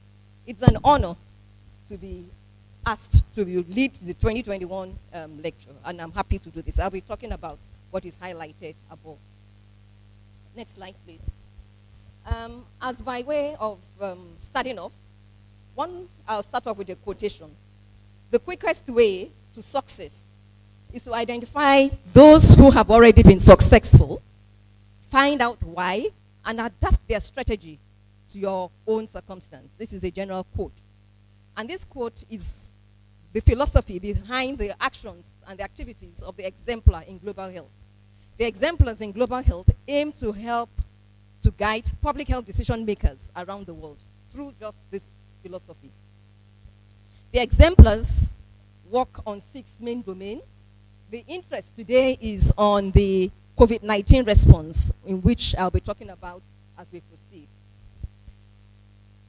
The exemplars activity in COVID-19 response, which is the current pandemic, like the chairman said, all of us are aware that this disease is with us, because this was not how we used to be a short while ago. 2 years ago, it wasn't like this. The exemplars are working in 4 domains: essential health services, testing and surveillance, and those are the focus of my today's presentation. There are other domains which we shall not be talking about today. COVID-19 is something that we're all familiar with. Everybody knows about it. It's the new illness caused by the coronavirus, and it is spread through droplets from the nose and the mouth. The common symptoms include fever, cough, shortness of breath, and loss or change in sense of smell or taste. Everybody anybody could be affected, but of course, some people are at bigger risk. This map shows the worldwide distribution of the infection that is now with us. And we can see from the map above, that it is more, that is the darker or mud-like color, is more in the high-income countries. And Africa somehow has been more fortunate with the pandemic, and we are having a slighter prevalence or burden of the infection. And that's why we have a slightly cooler color. How to prevent this disease? I'm sure we are all familiar. The importance of maintaining physical distancing, washing our hands frequently, and maintaining respiratory hygiene. So these steps are simple, and they actually succeed in slowing down the virus. So I'll go on to the context of our research, because I'm talking about what I will be presenting today is the result of a cross-country research that is being carried out in sub-Saharan Africa, of which Nigeria is also a partner. So this is a result of a cross-country study on COVID-19. The research was conducted in 4 sub-Saharan African countries, and in these results, we are presenting the synthesis of our findings for key learnings. The 4 countries involved in the outbreak investigation and this response that I'll be talking about are Uganda, Nigeria, Senegal, and DRC, that is the Democratic Republic of Congo. And these 4 countries were selected based on the following criteria: variability in their response to the COVID-19 response and their outcomes to the pandemic, previous experience in managing epidemics of international concern, strong partnership between the research institution, in this case ourselves in the University of Ibadan, and the ministries of health, the Federal Ministry of Health in our own institution, in our own case. Then representation of Francophone and Anglophone countries. So We don't want it to be skewed to just the English-speaking countries. The 4 partnering institutions are shown to the right, and that is Makerere, which is in the lead, and then the 3 other institutions. The context of the public health measures employed in 4 countries are what are highlighted before. There's a summary for all countries, but I'll be concentrating on what happened in Nigeria. All countries experienced with the onset of the pandemic mobility restrictions, and there was restriction of movement, and this was across board. But in Nigeria, this began in March 2020, and there were curfews, and the numbers of people who could gather were restricted, sometimes 50 people per gathering, 30 and 20. So this changed as the pandemic evolved, and there was restricted in air travel. As regards measures in public health, the NCDC released guidelines on institution of face mask, and we're still wearing this mask up till now. And that began since April 2020. And schools were closed in March through August, schools and universities. And this was the same experience in all these other countries, although dates vary when all these measures were instituted. There was support to poor populations across countries. The graphs above show the population level behaviors in the 4 countries. To the left, we can see that mobility reduced. It's showing relative mobility, showing the restriction in movement and how mobility reduced across the 4 countries. And only began to improve around December 2020, and then there was a climb. Now that we are now moving around, even though with some caution. To the right shows the self-reported mask use. Self-reported means that sometimes it may not even be as good, but in all countries, there has been a sharp increase with the onset of the pandemic wearing the mask. And now it's in fact even a fashion statement in that when people are going for functions and occasions, they ensure that it's to match with clothing. The next graphs show the daily new COVID cases per million. And I'm happy to say that Nigeria is not doing too badly compared to Uganda and Senegal. They have more confirmed cases per million. And the daily new COVID infections is to the right. And of course, it's also worse in those 2 countries. Nigeria is in blue, and you can almost not see, but we do have, but it's not as bad as those other 4 countries. This bar chart shows the COVID vaccination, which is one of the measures to stem the occurrence of this infection. And the sad thing is that of the world population, only 37% are now fully vaccinated. And the UAE, Portugal, and Malta have the highest rates of vaccinations on the continent. And Africa has just about 8% vaccination, while Nigeria is 3% fully vaccinated. The share of people who have had at least 1 dose of the vaccine, whichever one it could be, is shown to the right. And the top of the leaderboard for all 4 countries is Senegal. Nigeria comes 3rd in number who have had some form of vaccination. I'll now start talking about the 3 domains: testing, surveillance, and the maintenance of essential health services. I'll start off first by giving a cross-country synthesis. That is what is happening across the 4 countries. And then I'll go on to talk about our country. I'll zero in on Nigeria. Also, I will start off with a summary because we want you to have the take-home message and then go on and give a broader context of what is happening. So as by way of summary, for all 4 countries now, across countries, the capacity that were existing for pandemic response were leveraged upon, and private partnership increased and succeeded in helping all countries contain their outbreak. There was, however, persistent challenges ensuring that testing supplies was consistent due to limited resources. We know this is sub-Saharan Africa. All the countries were poor. There was heavy reliance on PCR testing. And as of now, even the easily doable rapid diagnostic test has not been fully integrated into the testing strategy of any of the 4 countries.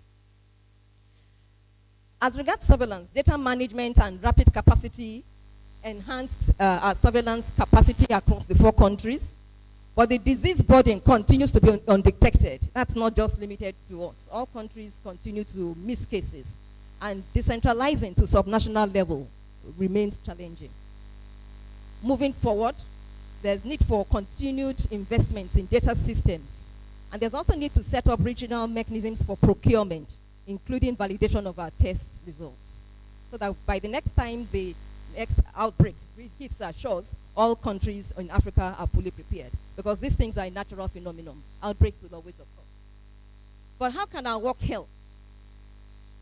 We can relay our experiences and decisions, which we have been doing, following these these springs I'm going to be talking about. We have been engaging with policy makers and decision makers at national level. We've had many dissemination workshops with them, or dissemination meetings, so that they could know what exactly is happening in the country from a holistic point of view. We can provide, and we have been providing, qualitative insight into the efficacy of the strategies being employed across countries. And we have also been able to guide resource allocation to direct the management of the response of the outbreak. Our research process is shown to the right. It was in 4 stages. First, we established a research framework. Then we did a desk review and identified best practices and innovations across countries. Then we conducted primary research and secondary data analysis. We had key informant interviews. And then we synthesized our findings and came up with key recommendations for all countries, including Africa. The testing and surveillance framework is highlighted below. We concentrated and zeroed in on these 5 domains: response strategy, testing, surveillance and data analysis, public health action, and coordination. So all this we monitored. And as regards the state of testing in the 4 countries, we can see here that the daily new COVID cases per 1,000 people has increased expectably across countries and across time. The number of more new cases are being reported, and therefore the graph continues to go up. And this has been more in Senegal and Uganda. Nigeria is doing much better than these other 2 countries. Similarly, the percentage of daily COVID tests that end up being positive is much higher in Uganda. And here we have Nigeria in dark green now taking the lead recently in the last couple of months. I'll now zero in on the situation of what happened in Nigeria. I've given a cross-country overview. In Nigeria, there's been increased testing and increased testing access through improved turnaround time and decentralization of test results. So not everything is clocked up at the national level. Things have been happening. There's been a lot of activity at subnational levels. We have leveraged on our pre-existing software, which is an IT-based software called the SOMAS for surveillance data collection. And we have a strong central coordination led by the NCDC, which was very, very effective.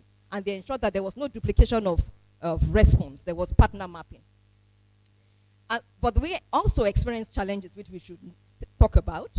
We had low demand for testing, especially in the early waves of the pandemic, because of misinformation, rumors, and fear. Clients had difficulty in collecting their test results, even when they went for the testing. And there was poor use of data to guide decision-making, to guide public health actions at subnational level. That is at the state and at the local government level.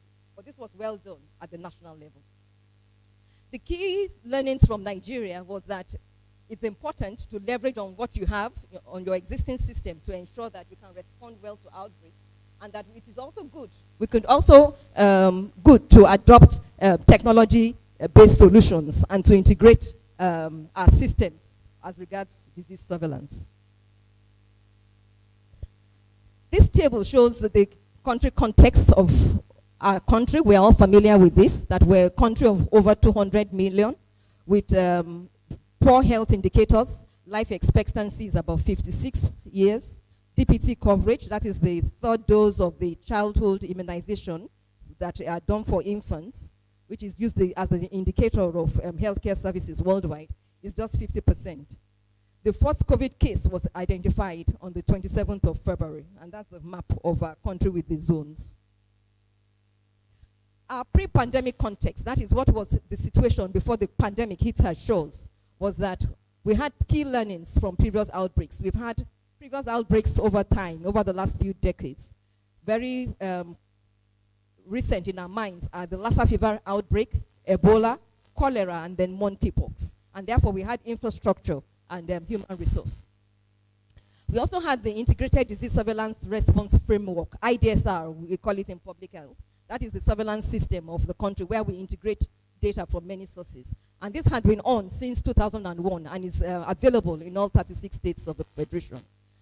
And also, we had an evaluation by the WHO Joint External Evaluation, and they had already come up with areas that we can improve upon. So we had something to work upon.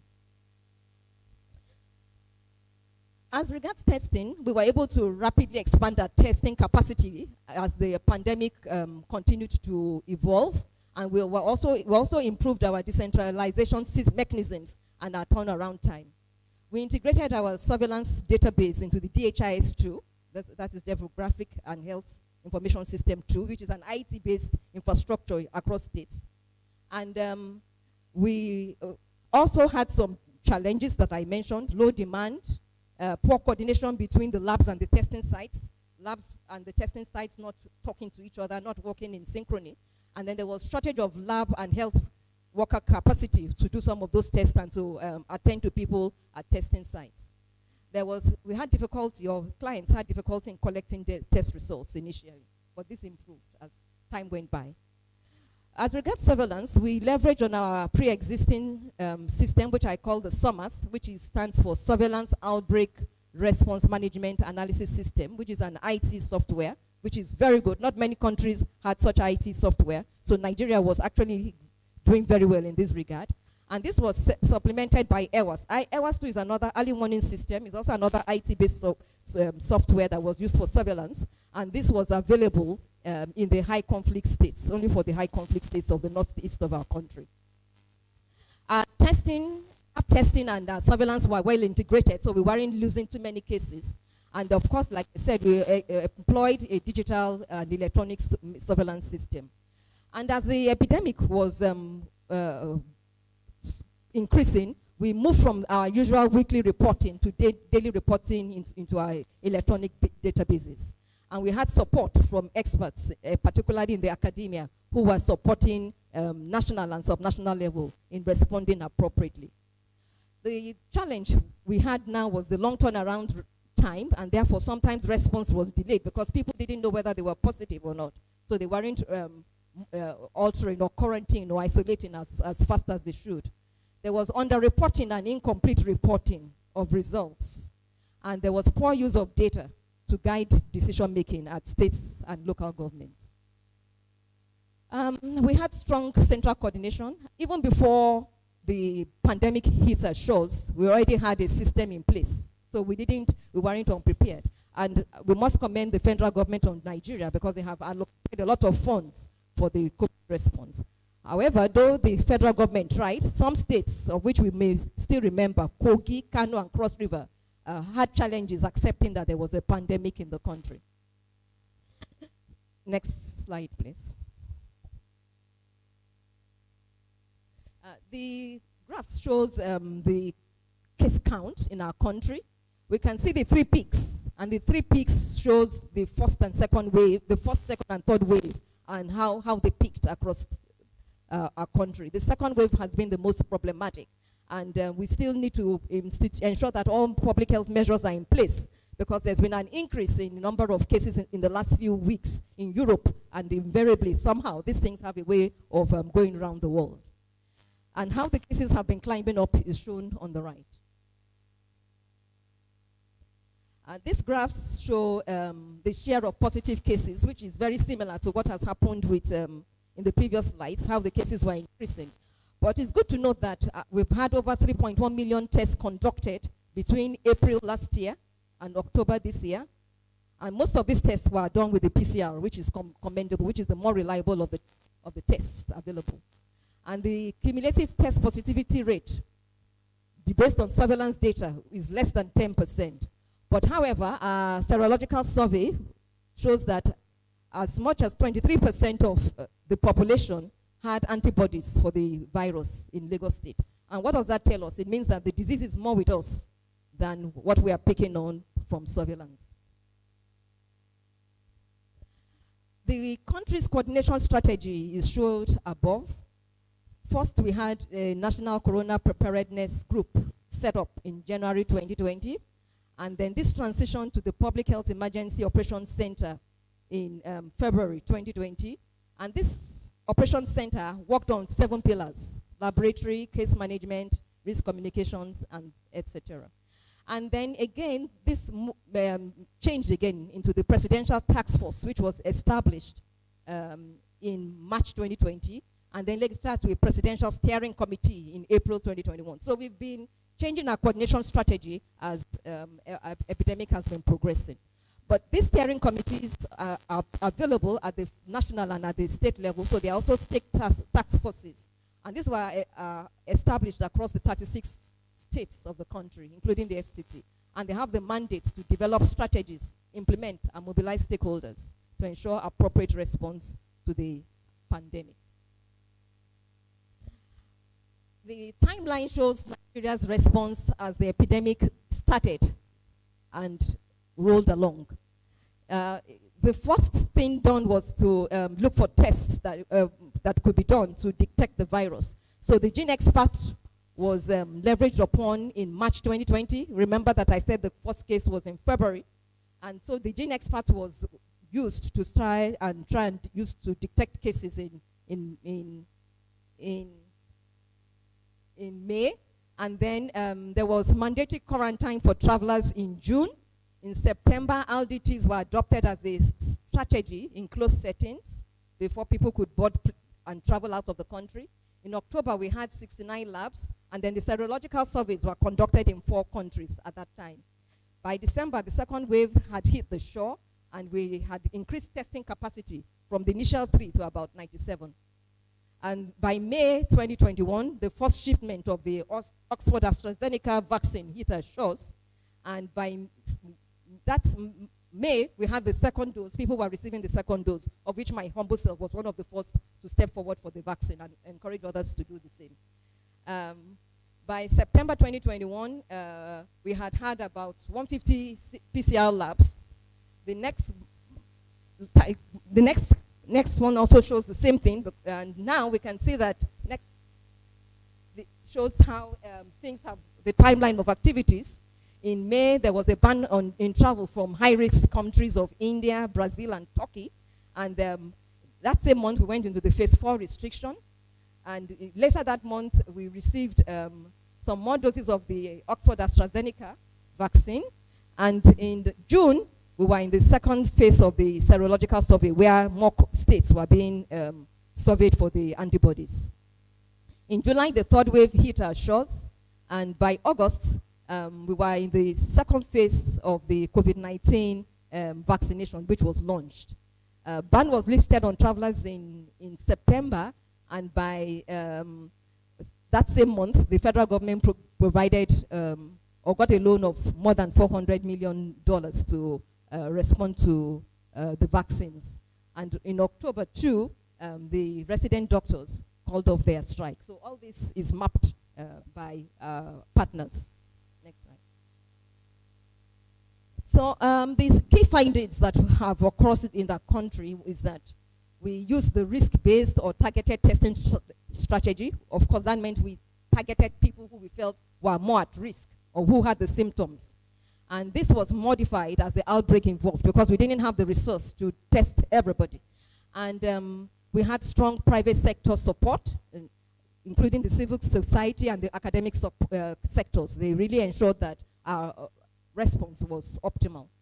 But however, because Gene Expert was leveraged for COVID response, TB diagnosis waned because we couldn't use the machines for these activities.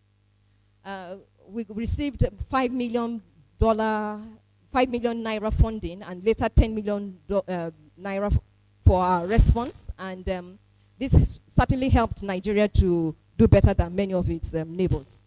Nigeria also conducted quantification exercise to project needs for testing supplies prior to the outbreak. And we have local development of LDTs, which were initially on the way. Our good news was that we had a lot of funding support from donors and government, and we were able to use that to get testing supplies and PPEs. The challenge we had, however, was because we were fully reliant on donors for these supplies, so it was invariable that sometimes we experienced stock out, and that sometimes there was nothing available at testing sites. We were able to increase our capacity for testing by increasing the number of our testing sites as the pandemic progressed, making sure tests were free, except for the travelers who were expected to pay before they could travel out. And there was good communication with members of the public, which was done by the NCDC to educate them and to address stigma. The strength of this was that our sample rejection rates reduced. The lab tests that were done, the sample rejection rates reduced from 13% to 3% by training and retraining staff. And our challenge was the poor communication around the testing centers. Sometimes people wanted to test, they were symptomatic, but they didn't know where to go and get this test done. And at the initial state of the pandemic, these tests were only available to very well-connected people. It was friends and high-placed people that were getting the test done for, even family members that were not asymptomatic. Next slide. As regards sample delivery, all testing sites had dedicated sample collection teams, but even though the teams were very dedicated and committed, there was still a lot of logistic problems due to poor roads, long distances, poor coordination with the testing sites. Good thing as regards our laboratory analysis that we were able to expand capacity as the epidemic progressed from 3 labs in March to 69 labs in October to 97 labs in December and to 152 labs currently across the country for PCR testing. And this was done, and this has certainly improved our turnaround time and increased our detection of cases. However, the constraint with this is shortage of the human resource who are trained on PCR, very technical, very highly skilled laboratory method that not everybody can do it. So there's shortage of people who could use this test. Results communication too shows that results were communicated from public and private labs. They were returned to the NCDC and the state EOCs. And these were then sent back to the general populace. The good thing is that our plan was to ensure that most results were delivered within 24 to 48 hours. And this was only possible because we leveraged on our pre-existing system, the integrated database with the DHIS2, which is an IT infrastructure. But the challenge was that sometimes the turnaround was so long that even the incubation period of COVID-19 had passed by the time test results were communicated. And sometimes people chose not even to go back for the test. Nigeria's testing algorithm is shown to the right, the strategy that we employed. But this strategy was modified as the outbreak progressed and was reduced to be less cumbersome and was simplified as the outbreak went on. And not many tests was done as initially. Next slide. The two test kits initially were under development by the Nigerian Institute of Medical Research and Training. So we had 2 LDTs that we were trying to develop. But this has been put aside for now. But it's still important to have LDTs because they are slated for recommended healthcare settings and for contacts as well as congregate settings like boarding houses, prisons. So they are still very much in place. So we need to get our acts together there. The lab distribution in Nigeria is showed above, not very clear. There are 152 labs, most of which are public, 59 are private, and 9 are corporate. And this labs distribution was guided by caseload, population of areas, population density, but priority was certainly given to the outbreak epicenters. That was Lagos, Abuja, and Kano. Next slide. Synthesis of our key findings shows that we were able to improve or institute our surveillance was based on SOMA's real-time dashboard and EWAS in the 3 conflict states of Adamawa, Borno, and Yobe. We conducted serological survey, which is a plus, which has been done in 6 states now. We had the integrated surveillance system, and we also had contact tracing for 14 days for people who were contacts of cases. Isolation was conducted for confirmed cases, first of all at sentinel sites, and later on at government-owned facilities, and later became home-based as the number of cases became too much to manage in institutions. Also, our quarantine for returnees too has changed from home-based because of the low compliance to institution and back again to home-based as the number of cases became more and more. Integration certainly improved our capacity, and our turnaround delayed response, and therefore we lost a lot of cases into the general poetry. Next slide. We have been able to decentralize our data system. We incorporated lab testing into the databases, so it was not just what was coming from the field, even what was coming from the labs was integrated into these data systems. And we were able to transit easily from some places that were still paper-based to the electronic or digital solutions. But under-reporting of cases and varying utilizations of data generated at the states still remains a challenge, resulting in performance gaps in those states and local government areas. Our surveillance was very robust. We had surveillance at point of entries, that is land, sea, and air. Those are the point of entries.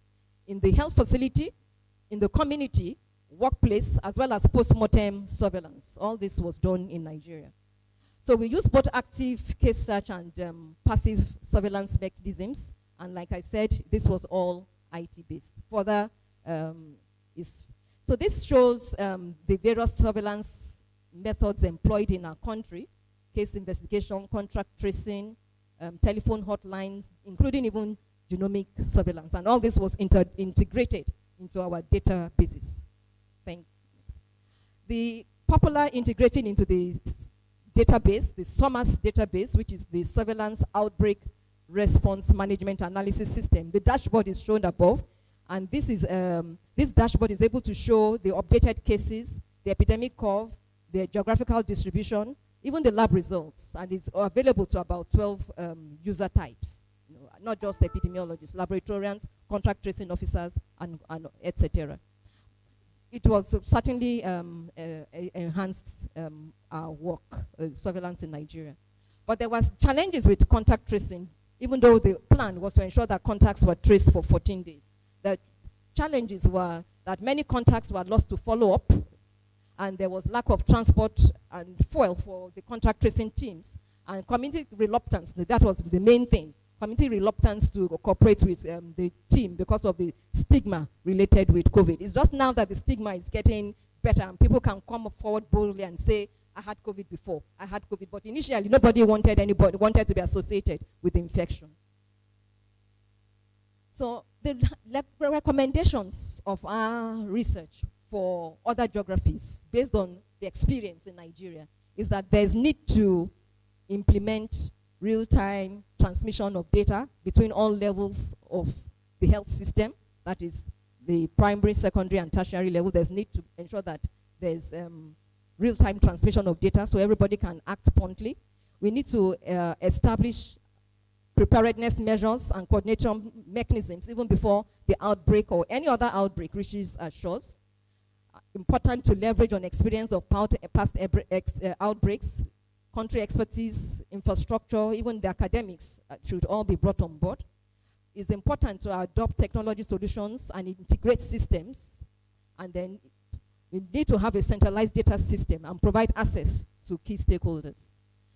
The key learnings for Nigeria to improve our response effort is that we need to strengthen subnational surveillance teams and capacity. National did very well. But subnational, we know some states did very well, were exemplary.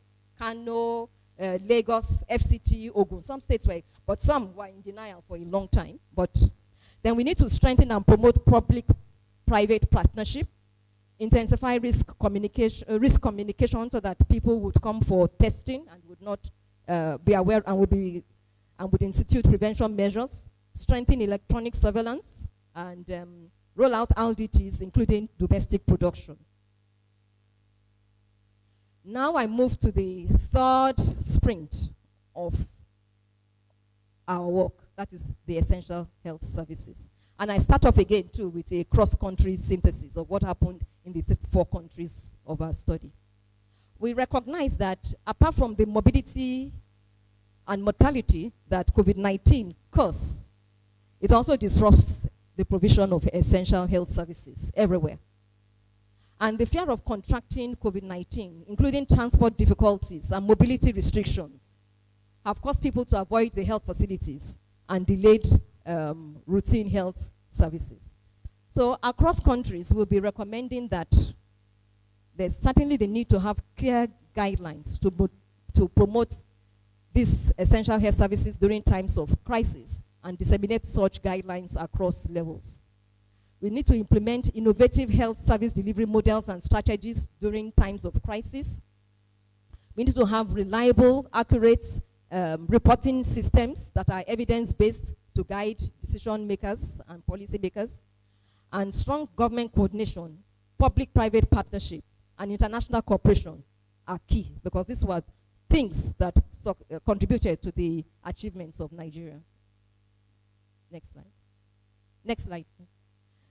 The framework for the essential health services was also established, just like we did for testing and surveillance, and it was in 4 domains highlighted above. Next slide. DPT-3, which is one of the childhood immunization vaccines that are taken by children in the 14th week of life, was used and is internationally used as one of the indicators of routine healthcare services. And when we look at what has happened with DPT-3 immunization disruption across the 4 countries, we can see that minus DRC, which is the first, all countries had a dip. There was significant disruption in Nigeria in March, and there was full recovery in August. We can see in Uganda, which is the last box too, they have experienced a recovery. Senegal is yet to recover fully to where they were pre-pandemic. Next slide, please. This table correlates the importance of maintaining essential health services with COVID-19 deaths. So maintenance of essential health services by COVID-19 deaths. And we can see that Nigeria is within the expected of what we expect for maintenance of health services. And the COVID-19 deaths are not as bad as compared to what happened in South Africa, Namibia, Senegal, Zimbabwe, and Ivory Coast.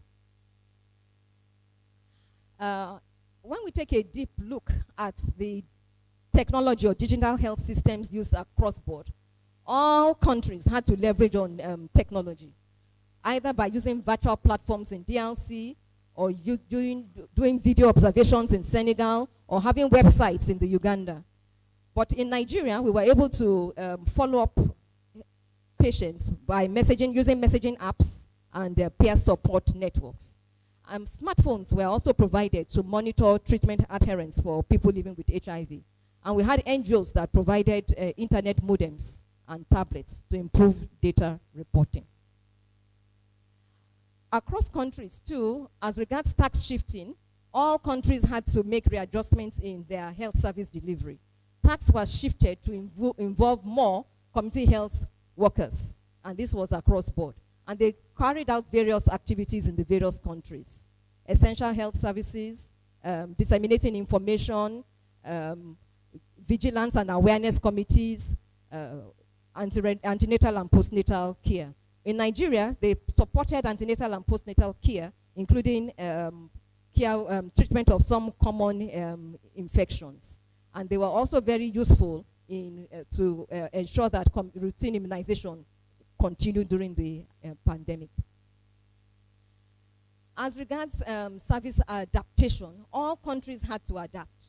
Some reduced the number of patients per clinic attendance. Others mapped out their health facilities to ensure that there were people rotating and services were available on a rotational basis, while others provided special clinics. Some even had mobile surgeries.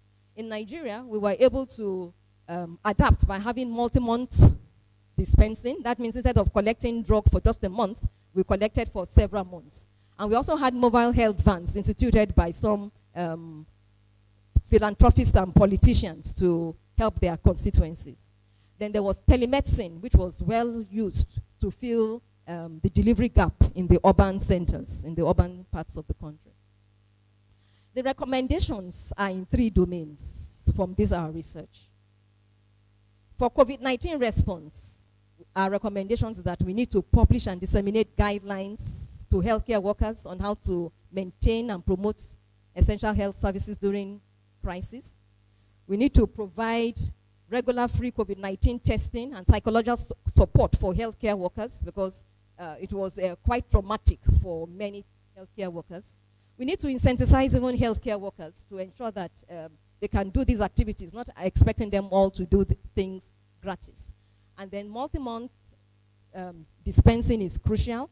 Health workers' safety, because we know that many healthcare workers came down with this infection as it progressed. There's databases of number of healthcare providers who have died from the outbreak.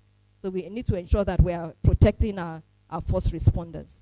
And we monitor EHS carefully to identify areas for intervention. As regards our future preparedness, we need to define the essential health services to prioritize. There are many of them. We need to have committees that are able to maintain these services at all levels of the system. We need to conduct training on IPC and build capacity and do this also virtually for healthcare workers. We need to have a dedicated resource envelope to use for the country when emergencies hit our shores because you can't always predict them. And then we need to have a domestic stockpile of PPEs.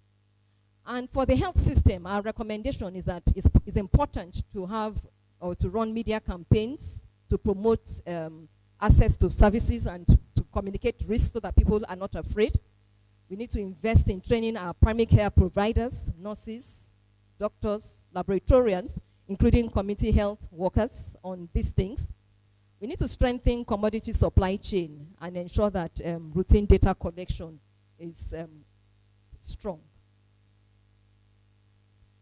The key barriers we encountered and the interventions we were able to make in Nigeria was that as regards leadership and governance, unfortunately we hadn't developed any specific policy guideline on maintenance of essential services. But we were able to optimize and improve on what we have on our primary healthcare, delivery to make up for some of these lapses.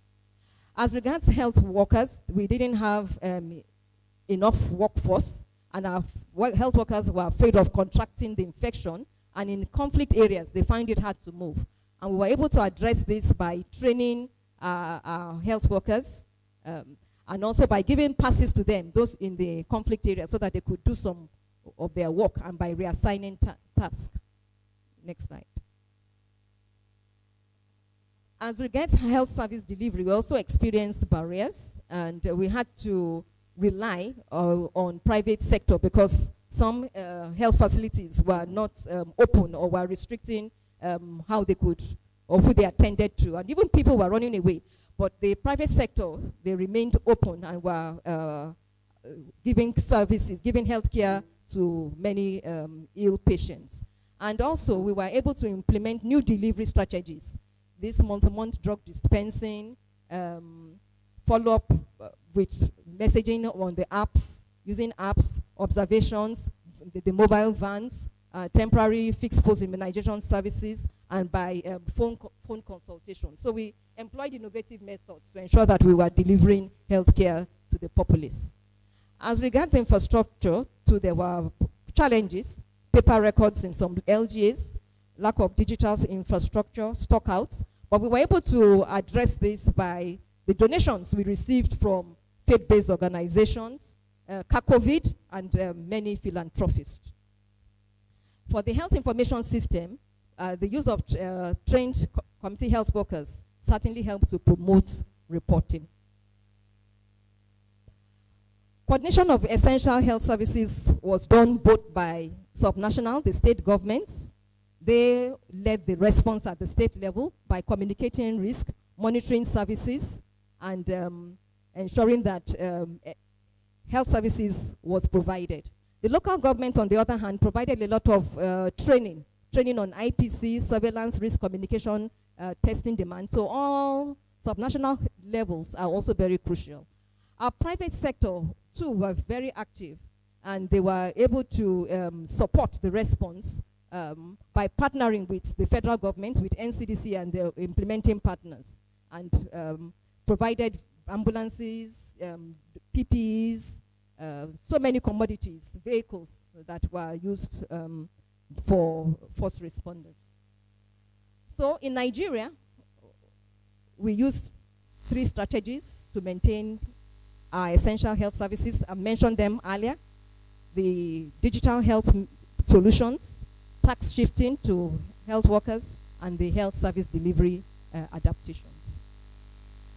The performance of essential health service indicators in Nigeria are highlighted in the 3 graphs above. The first one shows DPT-3 immunization, which was done for 2018, 2019, and 2020. 2018 is in red, 2019 is in green, and 2020 is dotted. So we can see our performance for DPT-3.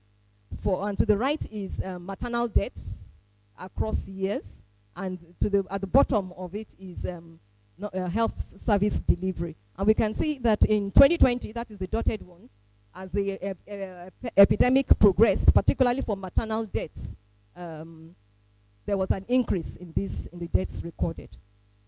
And these were due to the movement restrictions. So our recommendation for other countries, other geographies, from our learning in Nigeria, is that it's important to embrace tax shifting and virtual training. It's important to strengthen public-private partnership, and it's also important to adopt new service delivery strategies in times of pandemics and outbreaks. The key learning for Nigeria is that we need to develop and disseminate clear guidelines on maintenance of essential services, improve workforce capacity, improve and expand our communication, particularly to local communities, to ensure that we reduce fear and improve awareness on testing facilities.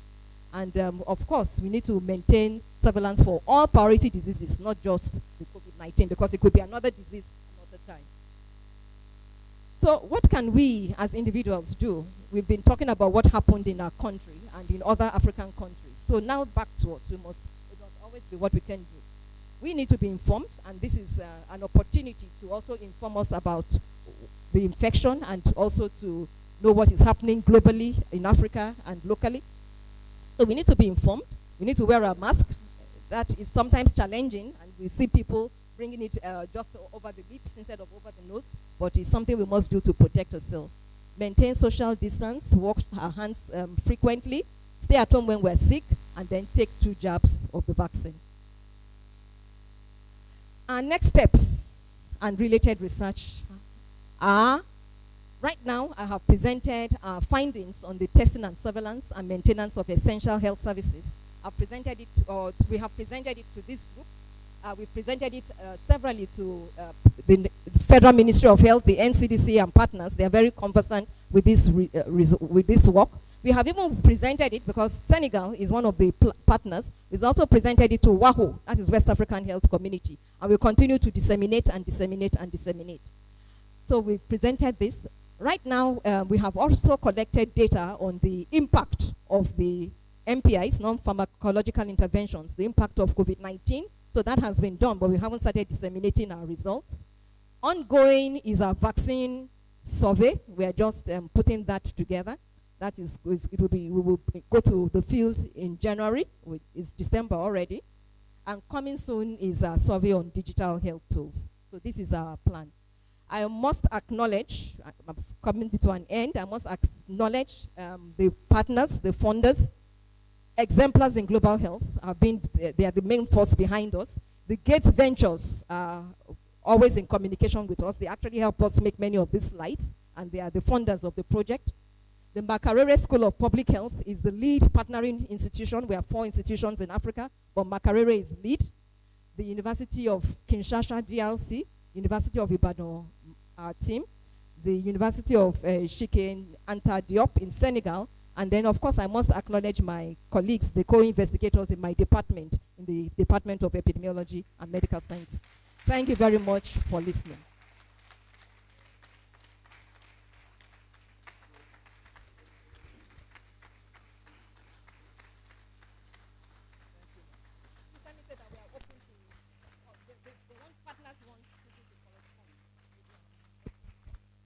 Thank you very much.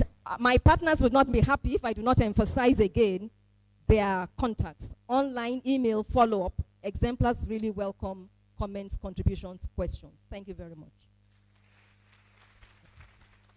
Thank you very much, Ma. Thank you, Ma. Yes, Ma. And, thank you very much, Professor Mrs. Olufunmilayo Fawole. You will agree with me that was a beautifully delivered lecture. And we have really been well fed this afternoon. It is not all gloomy about Nigeria when it comes to COVID-19 crisis. Thank you very much, ma'am. You made me remember my sitting down in your class in 2004-2005 academic session MSc class. And then thank you for making me an epidemiologist. I'm sure I'm one of those 200 supervisors that was mentioned. Thank you very much, ma'am. A round of applause for Professor Fawole once again. On the instruction of the chairman of LOC, I would like to invite Dr. Terry Mogbe-Ishereje for a brief comment. Is she still here with us? She is one of our jubilarians, 50 years post-medical school. You are welcome, ma. We appreciate you. Do you want us to give you a mobile microphone?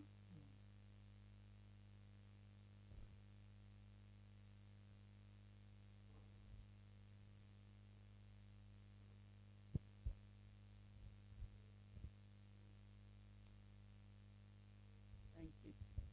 Good evening, everybody.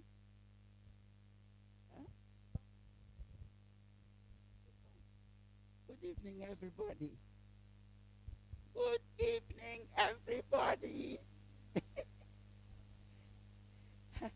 I'm glad to be here today, and I appreciate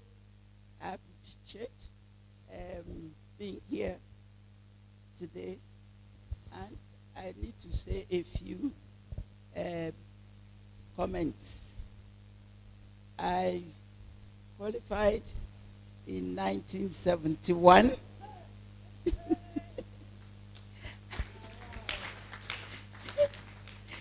And I thank you for inviting me. I appreciate it. And for all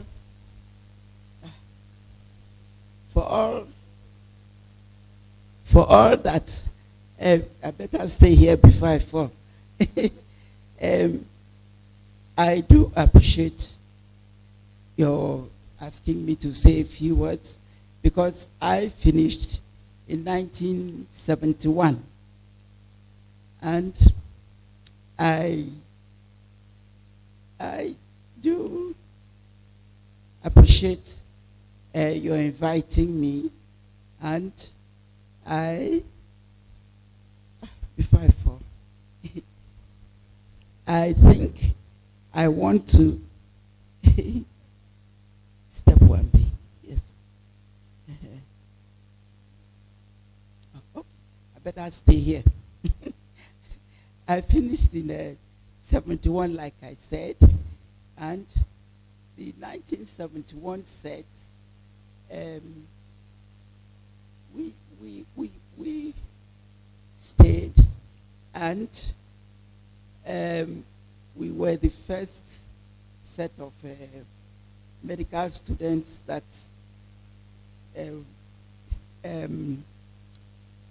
finished in UI, and we stayed on, and we became the first epidemiologists that UI had, and we appreciate, I do appreciate being there. And I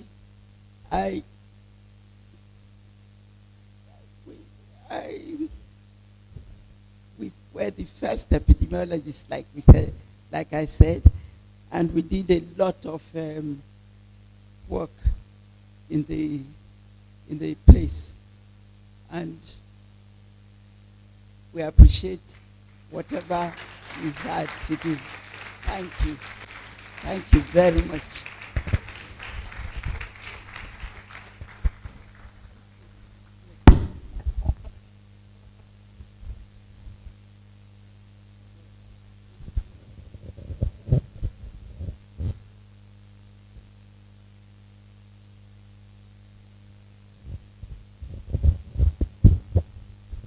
Thank you very much, Ma.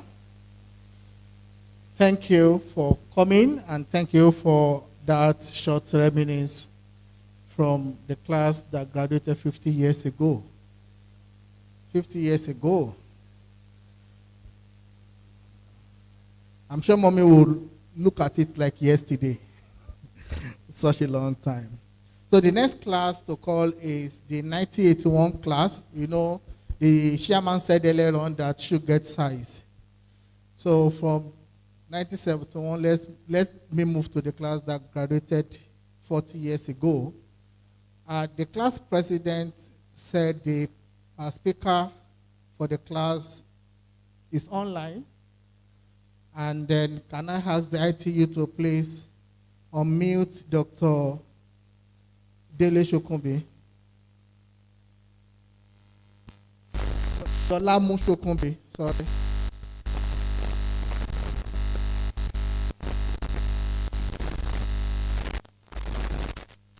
Dr. Dolamu Shokunbi, please. Please unmute him so he can speak on behalf of the class of 1981. There are many members of the class in the audience. I especially recognize Dr. Kayode Oyetunde. I hope I'm still correct. You're welcome, sir. Former Public Secretary for ICOMAA Worldwide, and several other dignitaries in this audience. Also, while waiting for Dr. Shokunbi, let me recognize the 400 level nursing students from UI who came on their own after getting the message from the provost that all college students must show up for this program. Please give yourself a round of applause. ITU, we are waiting for you, please. Yes, can you hear me? Oh, okay. Dr. Shokunbi, we can hear you, sir. Please go ahead. Yeah, thank you very much. Mr. Chairman, please permit me to stand on existing protocol. In the interest of time, I will share the recognition that has already been shown to all the top officials of the university and of the college, and of course, our very own president of ICOMAA Worldwide, Professor Dipo Tolorin. I want to say a few words about Professor Akonde. It is so heartwarming to see him there on the stage. When we arrived in UCH in 1978, he was the professor of professors. He was a giant among giants. He was our provost of the College of Medicine. We were in awe at that time. That was 40 years ago. And today, 40 years later, our awe and respect for him is probably 40 years greater. And to see him here today, continuing to serve the college and continuing to inspire the college is just so heartwarming. Thank you very much, sir. It's good to see you. It is our prayer that God will grant you many, many more years of service and dedication to our college. I would like to thank our class president, Rear Admiral Samepele, retired, and our executive committee for trusting me with this task of speaking on behalf of every single member of the class of 81 on this occasion of the 40th anniversary of our graduation from the college. We give thanks to God for the great blessing that the college has been to us all these years, and we are grateful that we are here to celebrate this special occasion. As we celebrate, let us pause for a moment to recognize those of our colleagues who are not here to celebrate with us.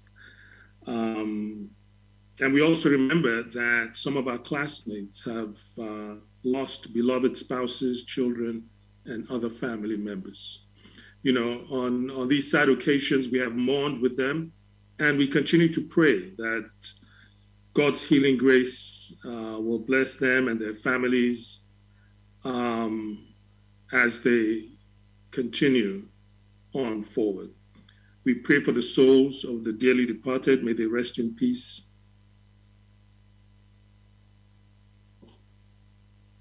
Amen. 40 glorious years.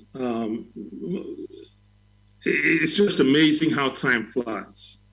When we first arrived on the campus of the University of Ibadan, some of us in 1975 as prelim medicine students, others came in the year later, 1976, as direct entry students. I remember then we were told over and over again that we were the best of the best, the cream of the crop. We were happy to believe it. Although if you looked at us, it might be hard because that was the 1970s, the height of the disco era. And so many of us arrived on campus with our afros, seriously bell-bottom trousers, our colorful and frilly shirts, and of course, our platform shoes. And a few of us, you know, went on to put in that final touch of sartorial elegance, the colorful Oliver Twist newsboy caps that they wore all over the place.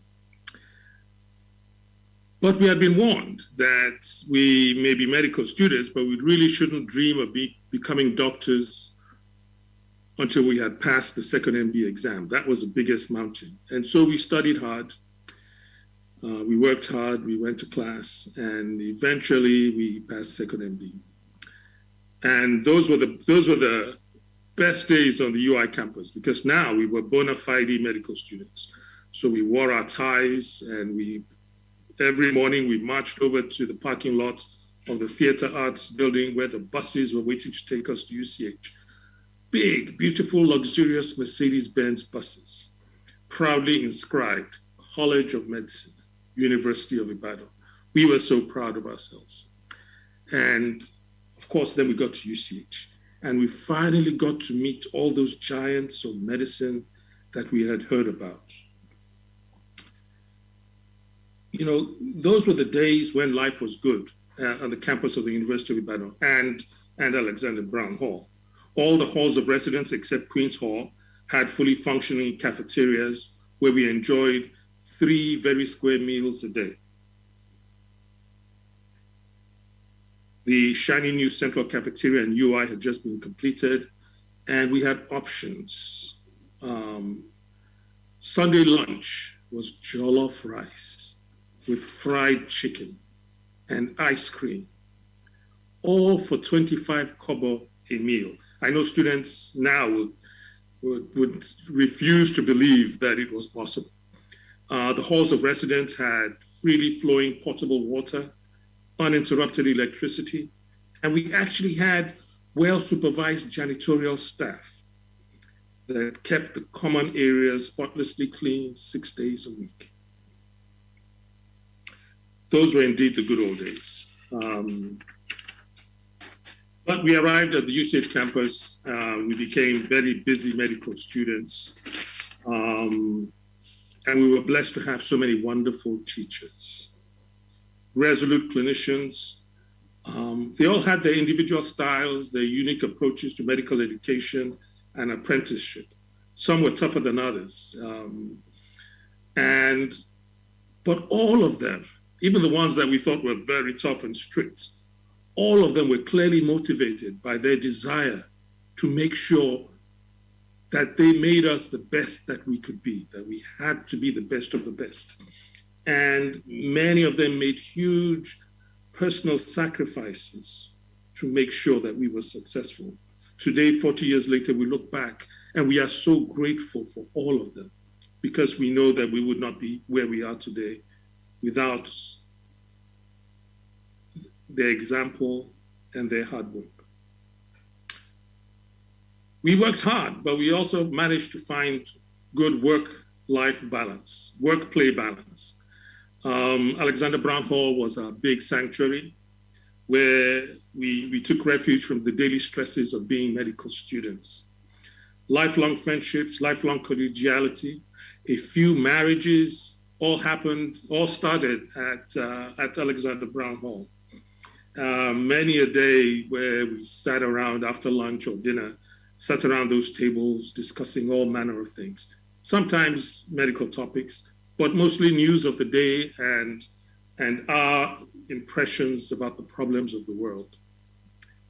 Wednesday night, or was it Monday night, it was time where we crammed ourselves into the TV room to watch American-style wrestling on TV.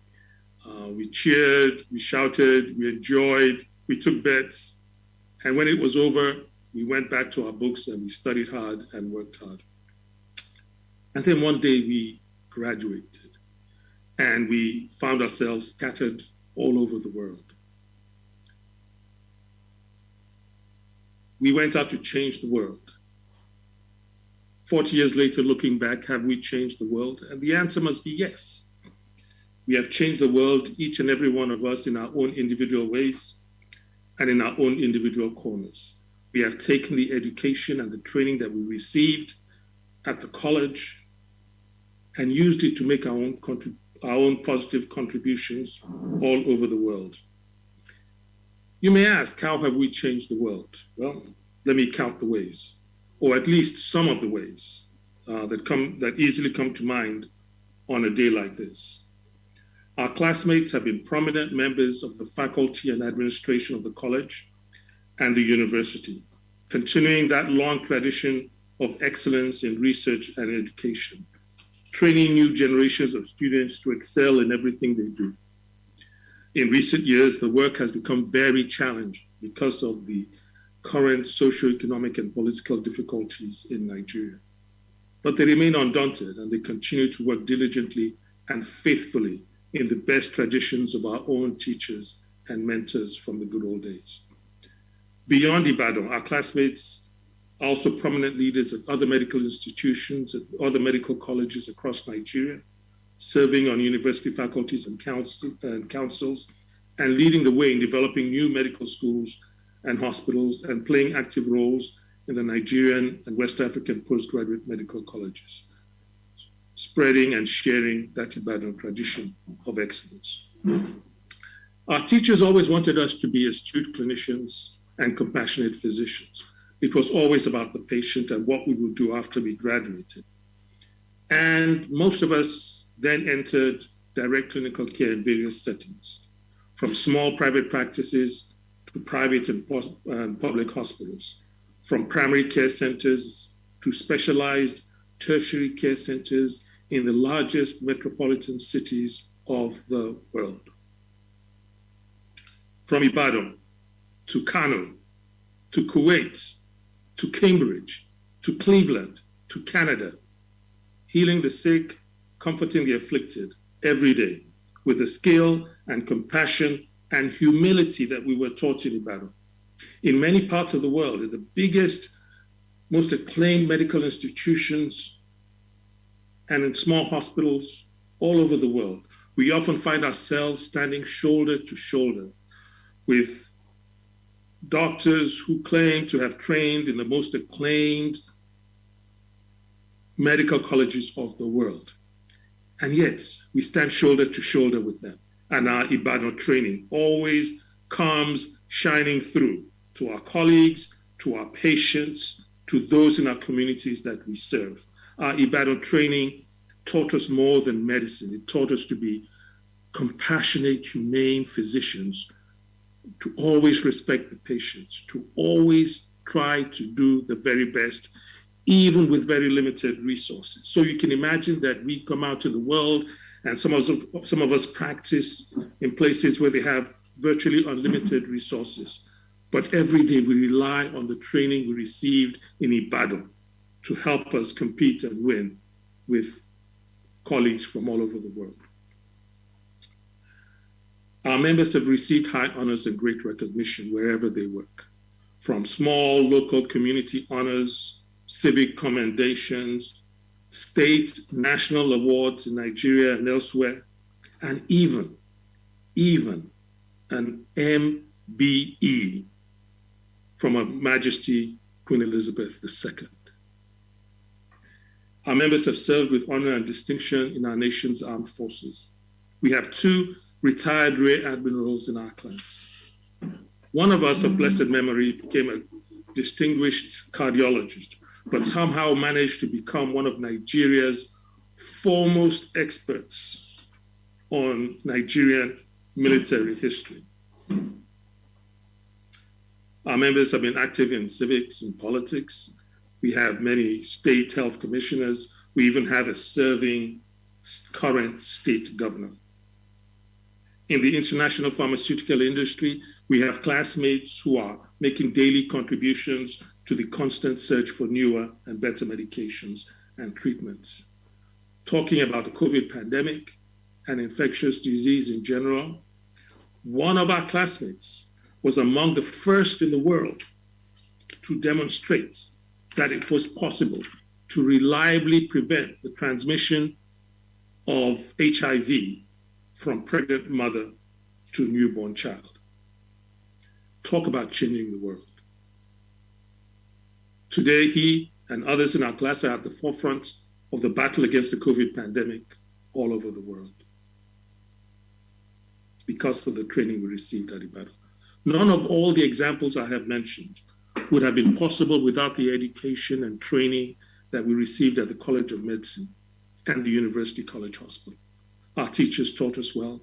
They taught us medicine, but they also taught us the humanity that we must bring to our daily work, the humanity and the humility. We were grateful to our teachers then, but we had no idea how indebted we would be to them. 40 years later, we can see it all very clearly now. What they taught us, their example, the great medical institution that they built. We can only hope that we have all lived up to their expectations, that they find us and have found us to be worthy of their struggle, their hard work, their personal sacrifice. We can only hope that we have made them proud. The best way we can show our gratitude is to continue to support the college in every way possible. I know students of today listening to me will wonder how it was that we had it so good. We had it so good, but that was a long time ago. The world has changed, and things in Nigeria are a lot more difficult. But that is why those of us who had it so good must stand in support of the college, in support of the current students. It's all about the alumni. All over the world, the greatest medical and other institutions are made great because their alumni engage. Their alumni provide resources and funding and advocacy, and we must do the same. We are called upon to do the same. So we pledge our support to the college. On this 40th anniversary, the class of 1981 is very grateful and very proud to return home to celebrate homecoming week with our fellow alumni, with the students, with the faculty, the staff, and the leadership of a great medical institution, the College of Medicine of the University of Ibadan. Long live the College of Medicine. Long live the University of Ibadan. I thank you very much for this opportunity and for your attention. Thank you very much, sir. A round of applause for class of 1981.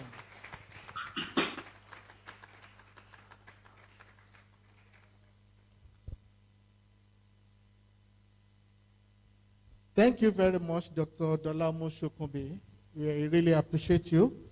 I would like to also note that Dr. Shokunbi is the president of ICOMAA North America and is really doing a great work for ICOMAA in North America. A round of applause for him.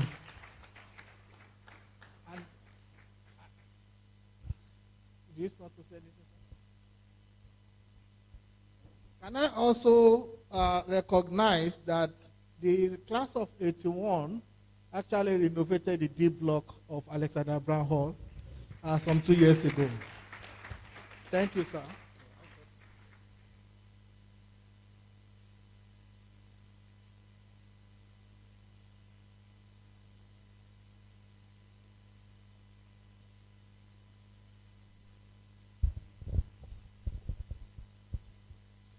Mr. Chairman, President ICOMAA Worldwide, and then Professor Akonde, distinguished ladies and gentlemen, all other protocols duly observed. On behalf of the class of 1981, or maybe 81, having listened to my colleague, Dele Shokumbi, reminiscing on our experiences, our journeys, our memories, and our gratitude, we felt that we would not be part of this occasion without committing ourselves to the project which ICOMAA is currently pursuing. So, sir, I may just request the president to step forward, and what we have here from my class set, can meet him there. What we have there from my class set is a letter of commitment to donate the sum of 10 million naira to the hostel project.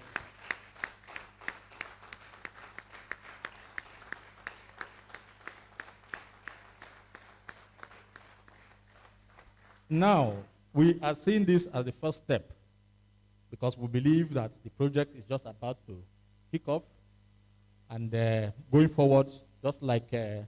Shokumbi mentioned, there will be other members of our class who want to make commitments either to a floor, to a room, or whatever it is in that structure, just to make sure that it goes forward. Besides, we have not raised anything now because I couldn't get the account details for the hostel project. I'm sure that once that is available and is forwarded to us, that sum will be deposited in the account very shortly. Thank you, sir.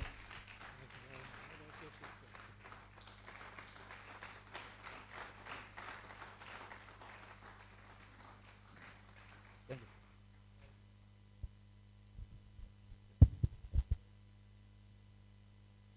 On behalf of ICOMAA Worldwide, please join me in thanking the class of 1981.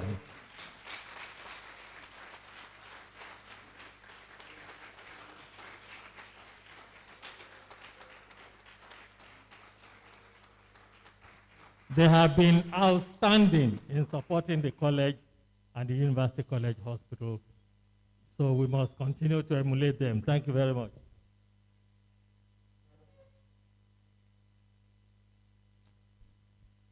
Thank you very much, sir.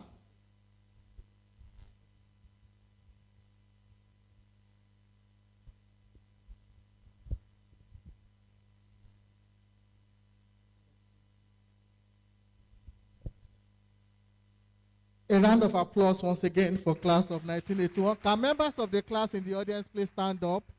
We appreciate you. Thank you very much, ma. Thank you very much, sir. God bless you. Thank you. Please, you may be seated.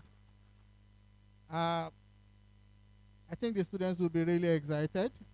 And Madam Provost will agree with me that it's a good start for us on the hostel project.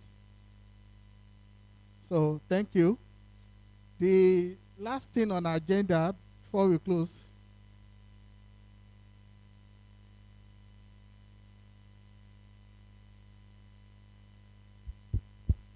I'm sorry to be disruptive, but I think maybe at some point all the members of the class should actually come on stage for a group photograph and maybe to hand over that letter. Since they are members, this is 40 years since they left school. So maybe but I want it done before the end of the ceremony. Or maybe we could do it. So I just want to invite all members of the class of 19.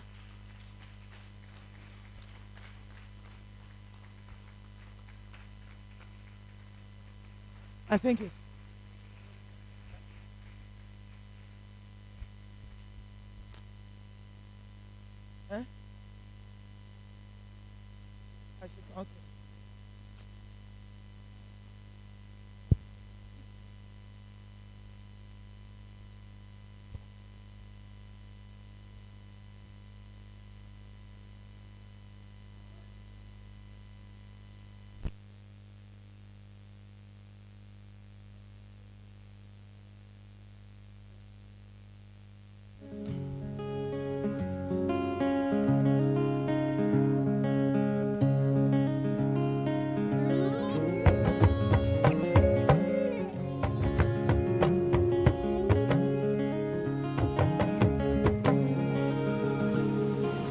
grass is greener on the other side.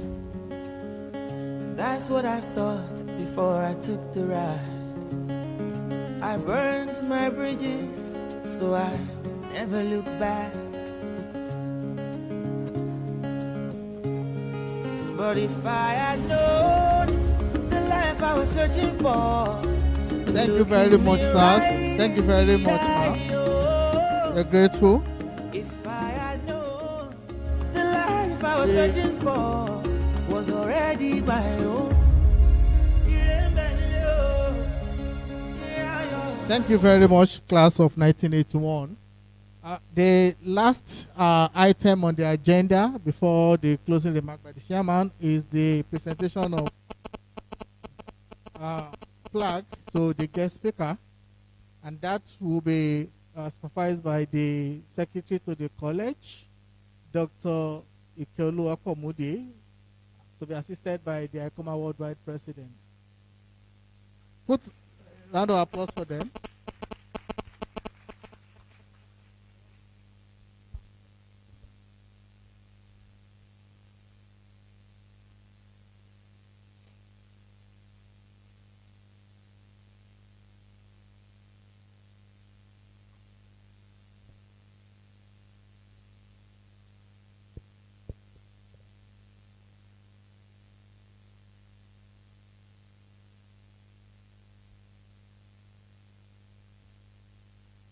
On behalf of the Ibadan College of Medicine Alumni Association Worldwide, this award is presented to Professor Olufunmilayo Fawole in appreciation of your erudite delivery of the ICOMAA Worldwide 2021 Distinguished Alumni Lecture.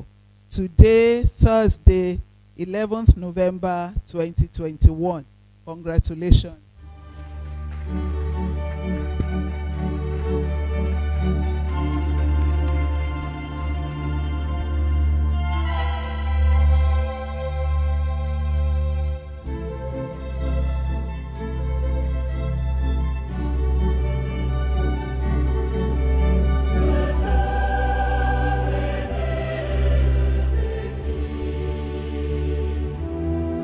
A round of applause as we decorate her.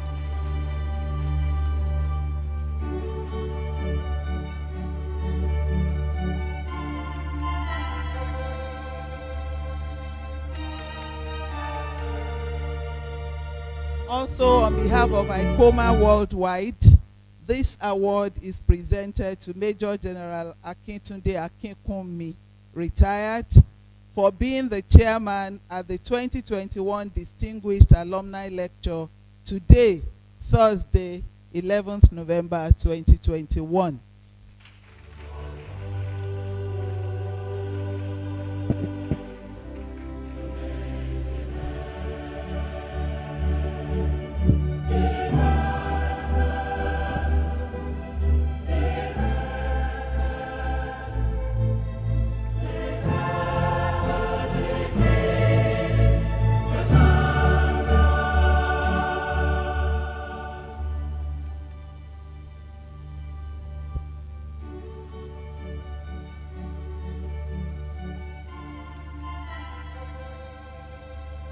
Thank you, Ma. I invite the provost to make another presentation. Thank you, sir. Madam Provost, Ma.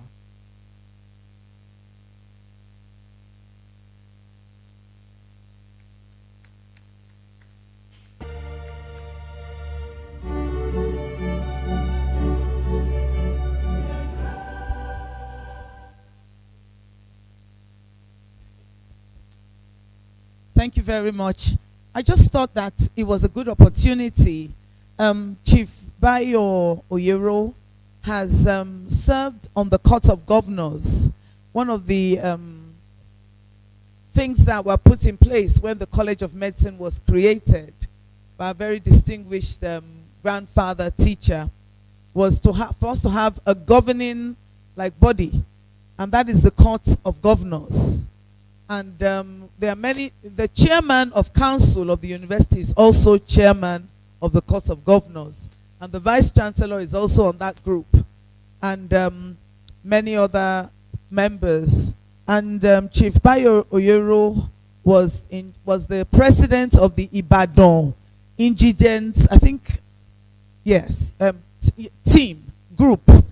And in one of the ways in which we had tried to reach out to the community, he was invited on to serve on the Court of Governors in that capacity.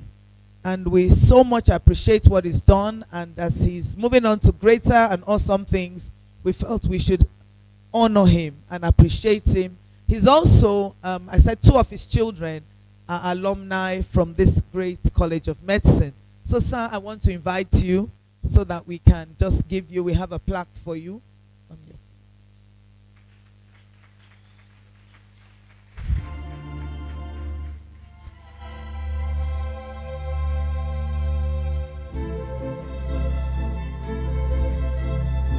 And I will invite our pioneer provost to come and join us on this. Thank you, sir.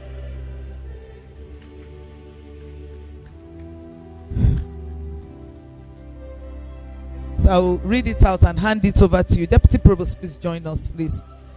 The College of Medicine, University of Ibadan, Award of Appreciation presented to Chief Bayo Oyero in recognition of his unquantifiable contributions, innovative ideas, and selfless service to the Court of Governors of the College of Medicine, University of Ibadan, as an appointee of the court, 2015 to 2019. Secretary of the college, oh, she's left. Okay, I was like, so sir, I hand this over to you as our pioneer provost to hand it over to Chief Bayo Oyero. Word of appreciation presented to Chief Bayo Oyero, who has made significant contribution to this College of Medicine, having served on the Court of Governors, which is the governing board of the College of Medicine, for many years, 2015 to 2019. Chief Oyero, it's a pleasure to honor you and to recognize your tremendous contribution to the college.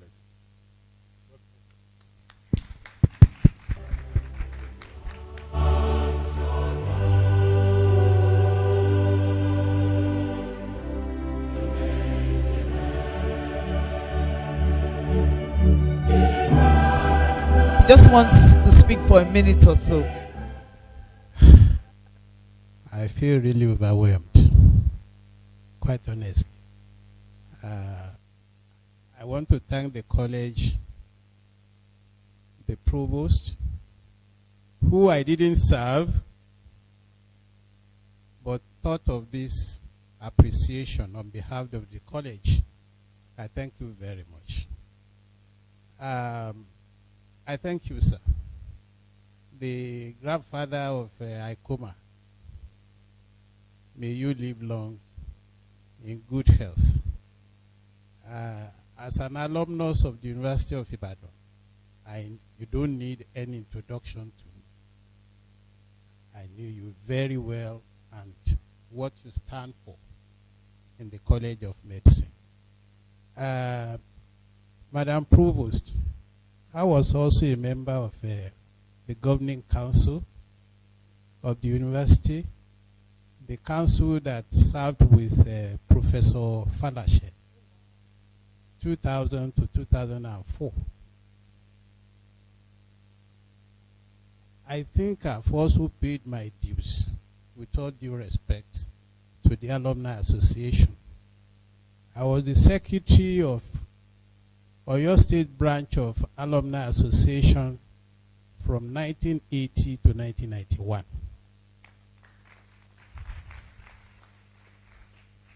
I was the president of my class, UI class of 67, from 1994 to 2004.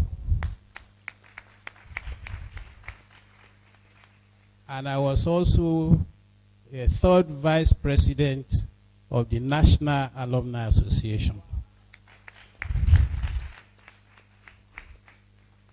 So even with all that, I still believe that I have not done enough for the University of Ibadan. This appreciation is also for me to still gear up and do more now for the college. So I will try and two daughters who are members of ICOMAA, who have been contributing in various ways, to also join me in seeing what we can do for the college. So I thank you. I'm really overwhelmed because, as I said, I didn't serve in your own court. I served before you came in. But you still identify me. You've been contacting me. We've been talking, you know, and you asked me to attend this, and I gave you my word. This is a great honor and a privilege, and I do appreciate it. Professor Toluri, of course, is my cousin-in-law. And my daughter and his daughter, they were also the same set here in UI. So for him, we've been together. I've appreciated you, Papa. The deputy provost, there's a lot of work for the two of you. But with cooperation, I'm sure, the little I've known about you, I think the college will benefit a lot during your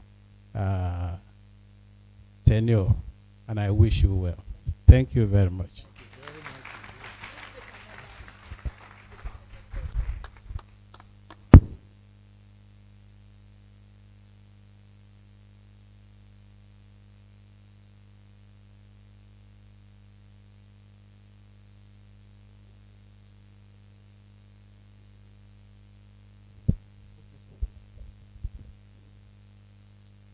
Thank you, sir. Thank you, ma'am. Chairman's closing remarks.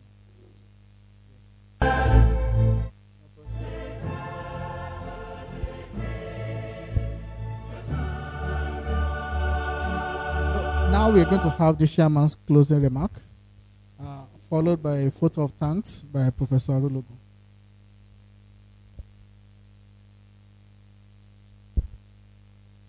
Thank you very much. With your permission, I will stand on existing protocols.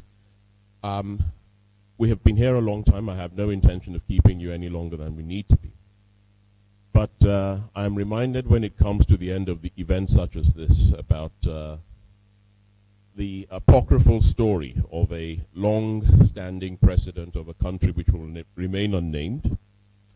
And he was getting old and past it, and his cabinet decided to force his hand to get him to retire.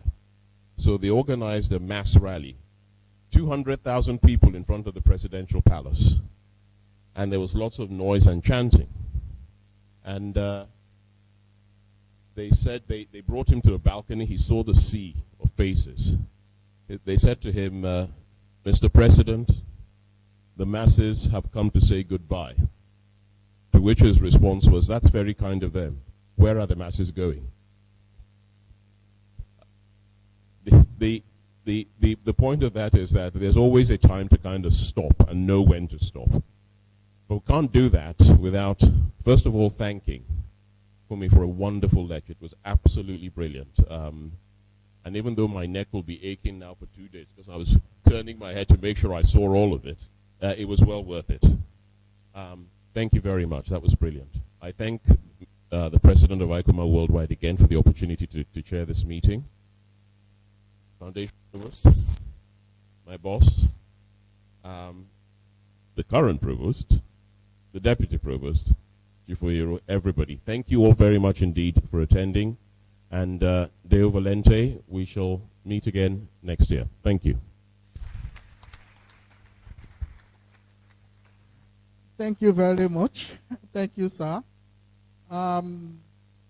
The chairman LOC said, since the chairman has thanked everybody, I should just acknowledge the presence of executive members of ICOMAA Worldwide, Dr. Lucia Ojewale, Dr. Adeni Chofoluwe, Professor Arulugun herself, and myself. My name is Chesolo Ashola.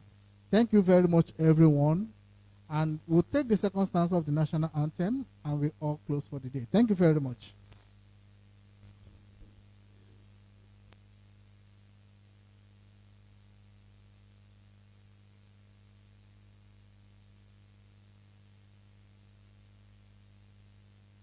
After the national anthem, then we'll take group photographs.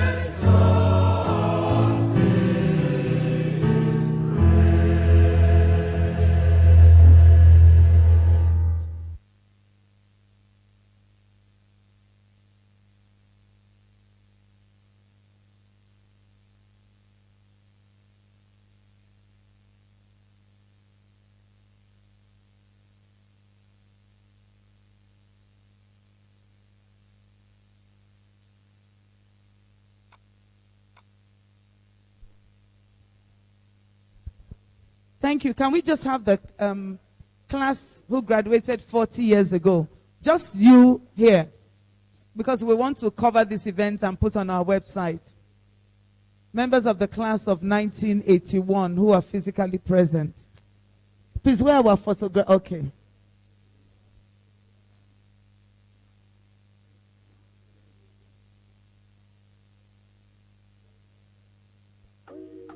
Members of the class of 81.